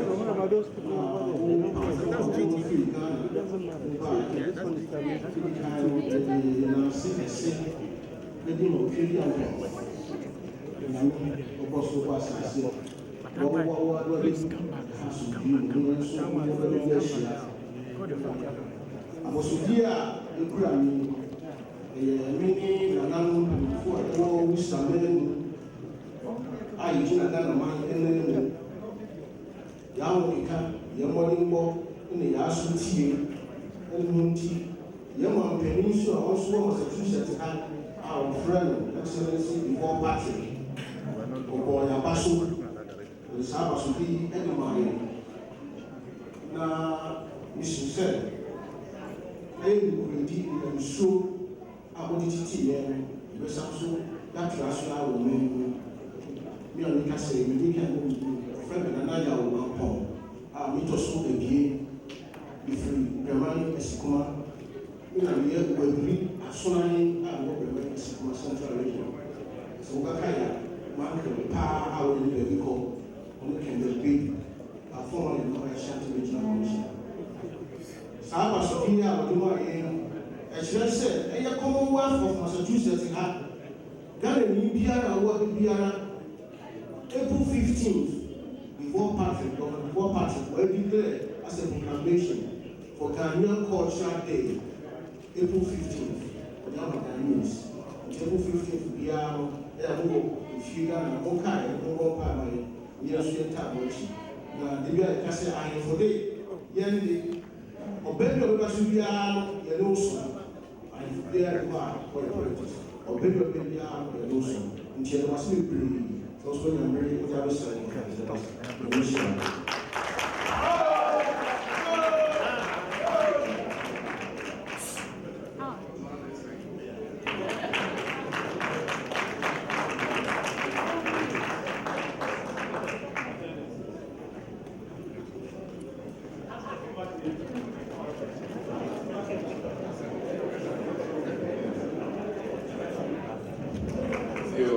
Thank you very much.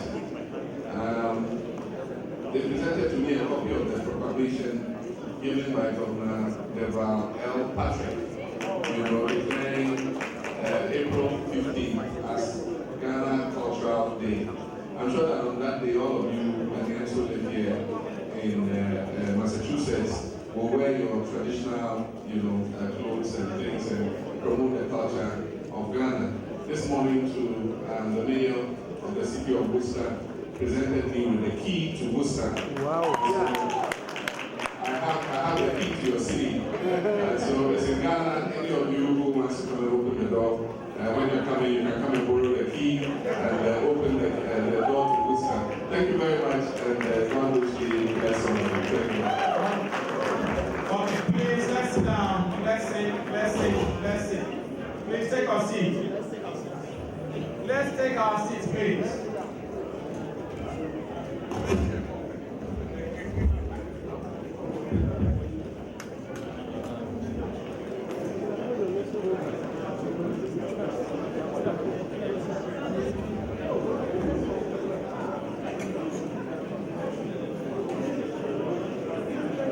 Okay, we're going to invite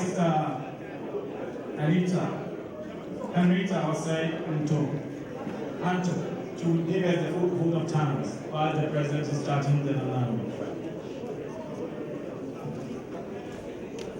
On behalf of the planning committee, I would like to acknowledge the commitment, the collaboration, goodwill of the numerous individuals and organizations who contributed to this program. First, I would like to thank God Almighty for bringing this historic event to fruition. I would also like to express my profound gratitude to His Excellency President John Dramani Mahama for sparing his valuable time to address this gathering.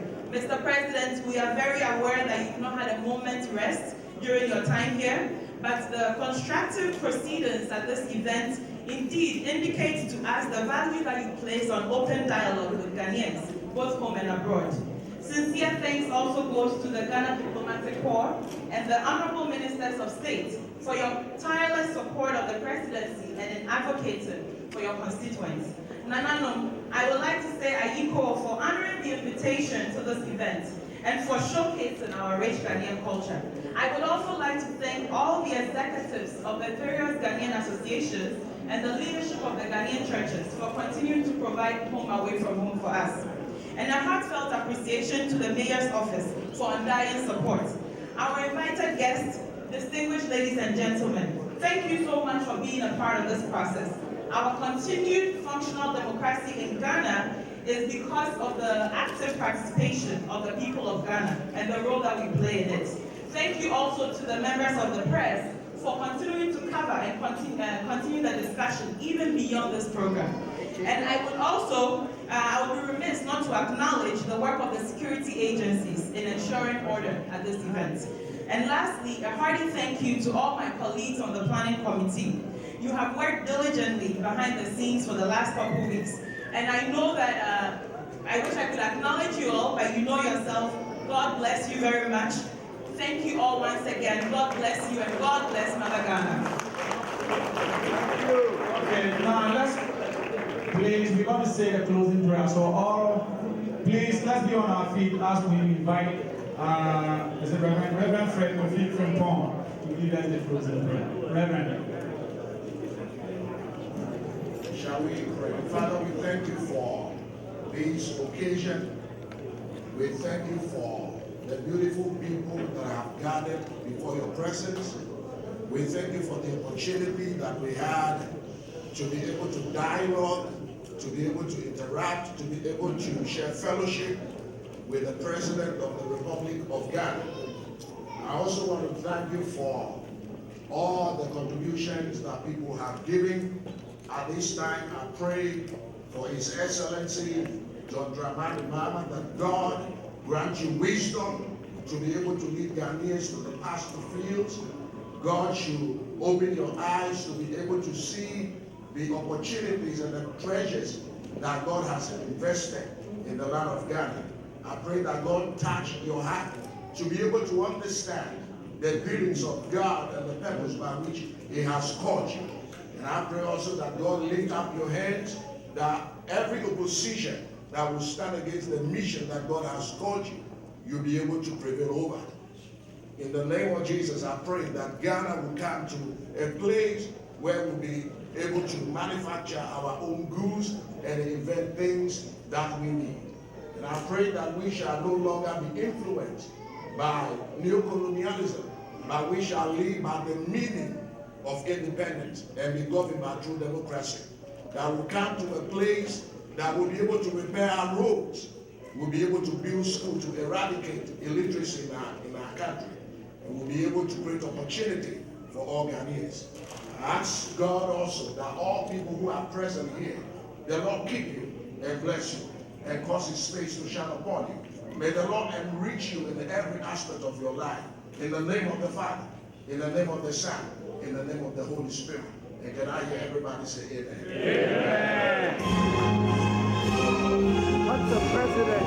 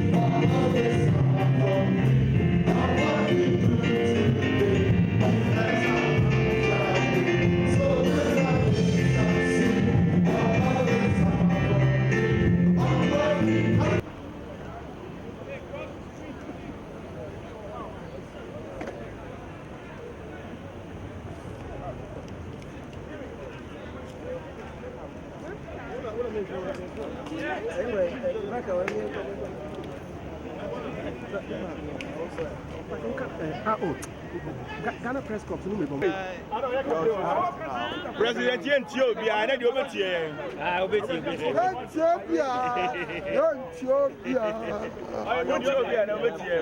Ethiopia. Mr. Obefire. I am Obefire. To me, I'm for the one we are going to.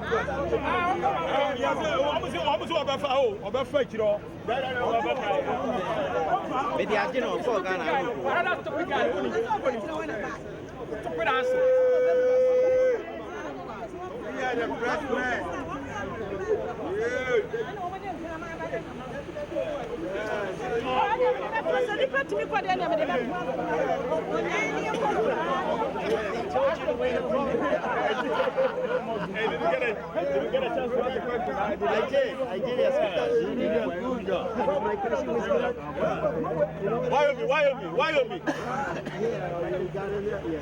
Yeah, for us.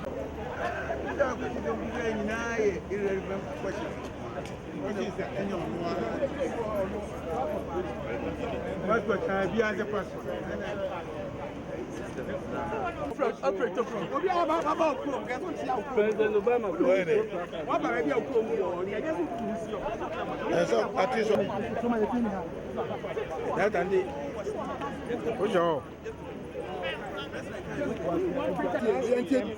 so what? What is your man? What is your problem now?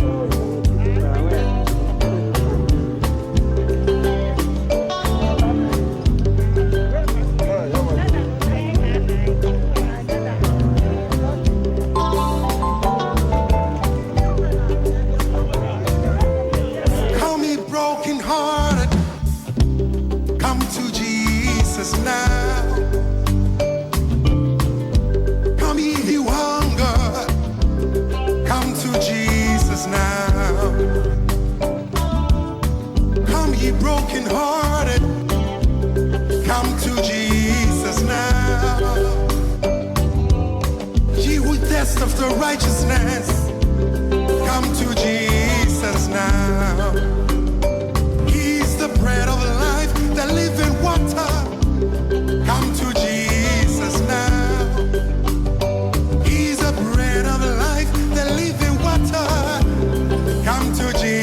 now. Ready, Missy, yes, we are bad.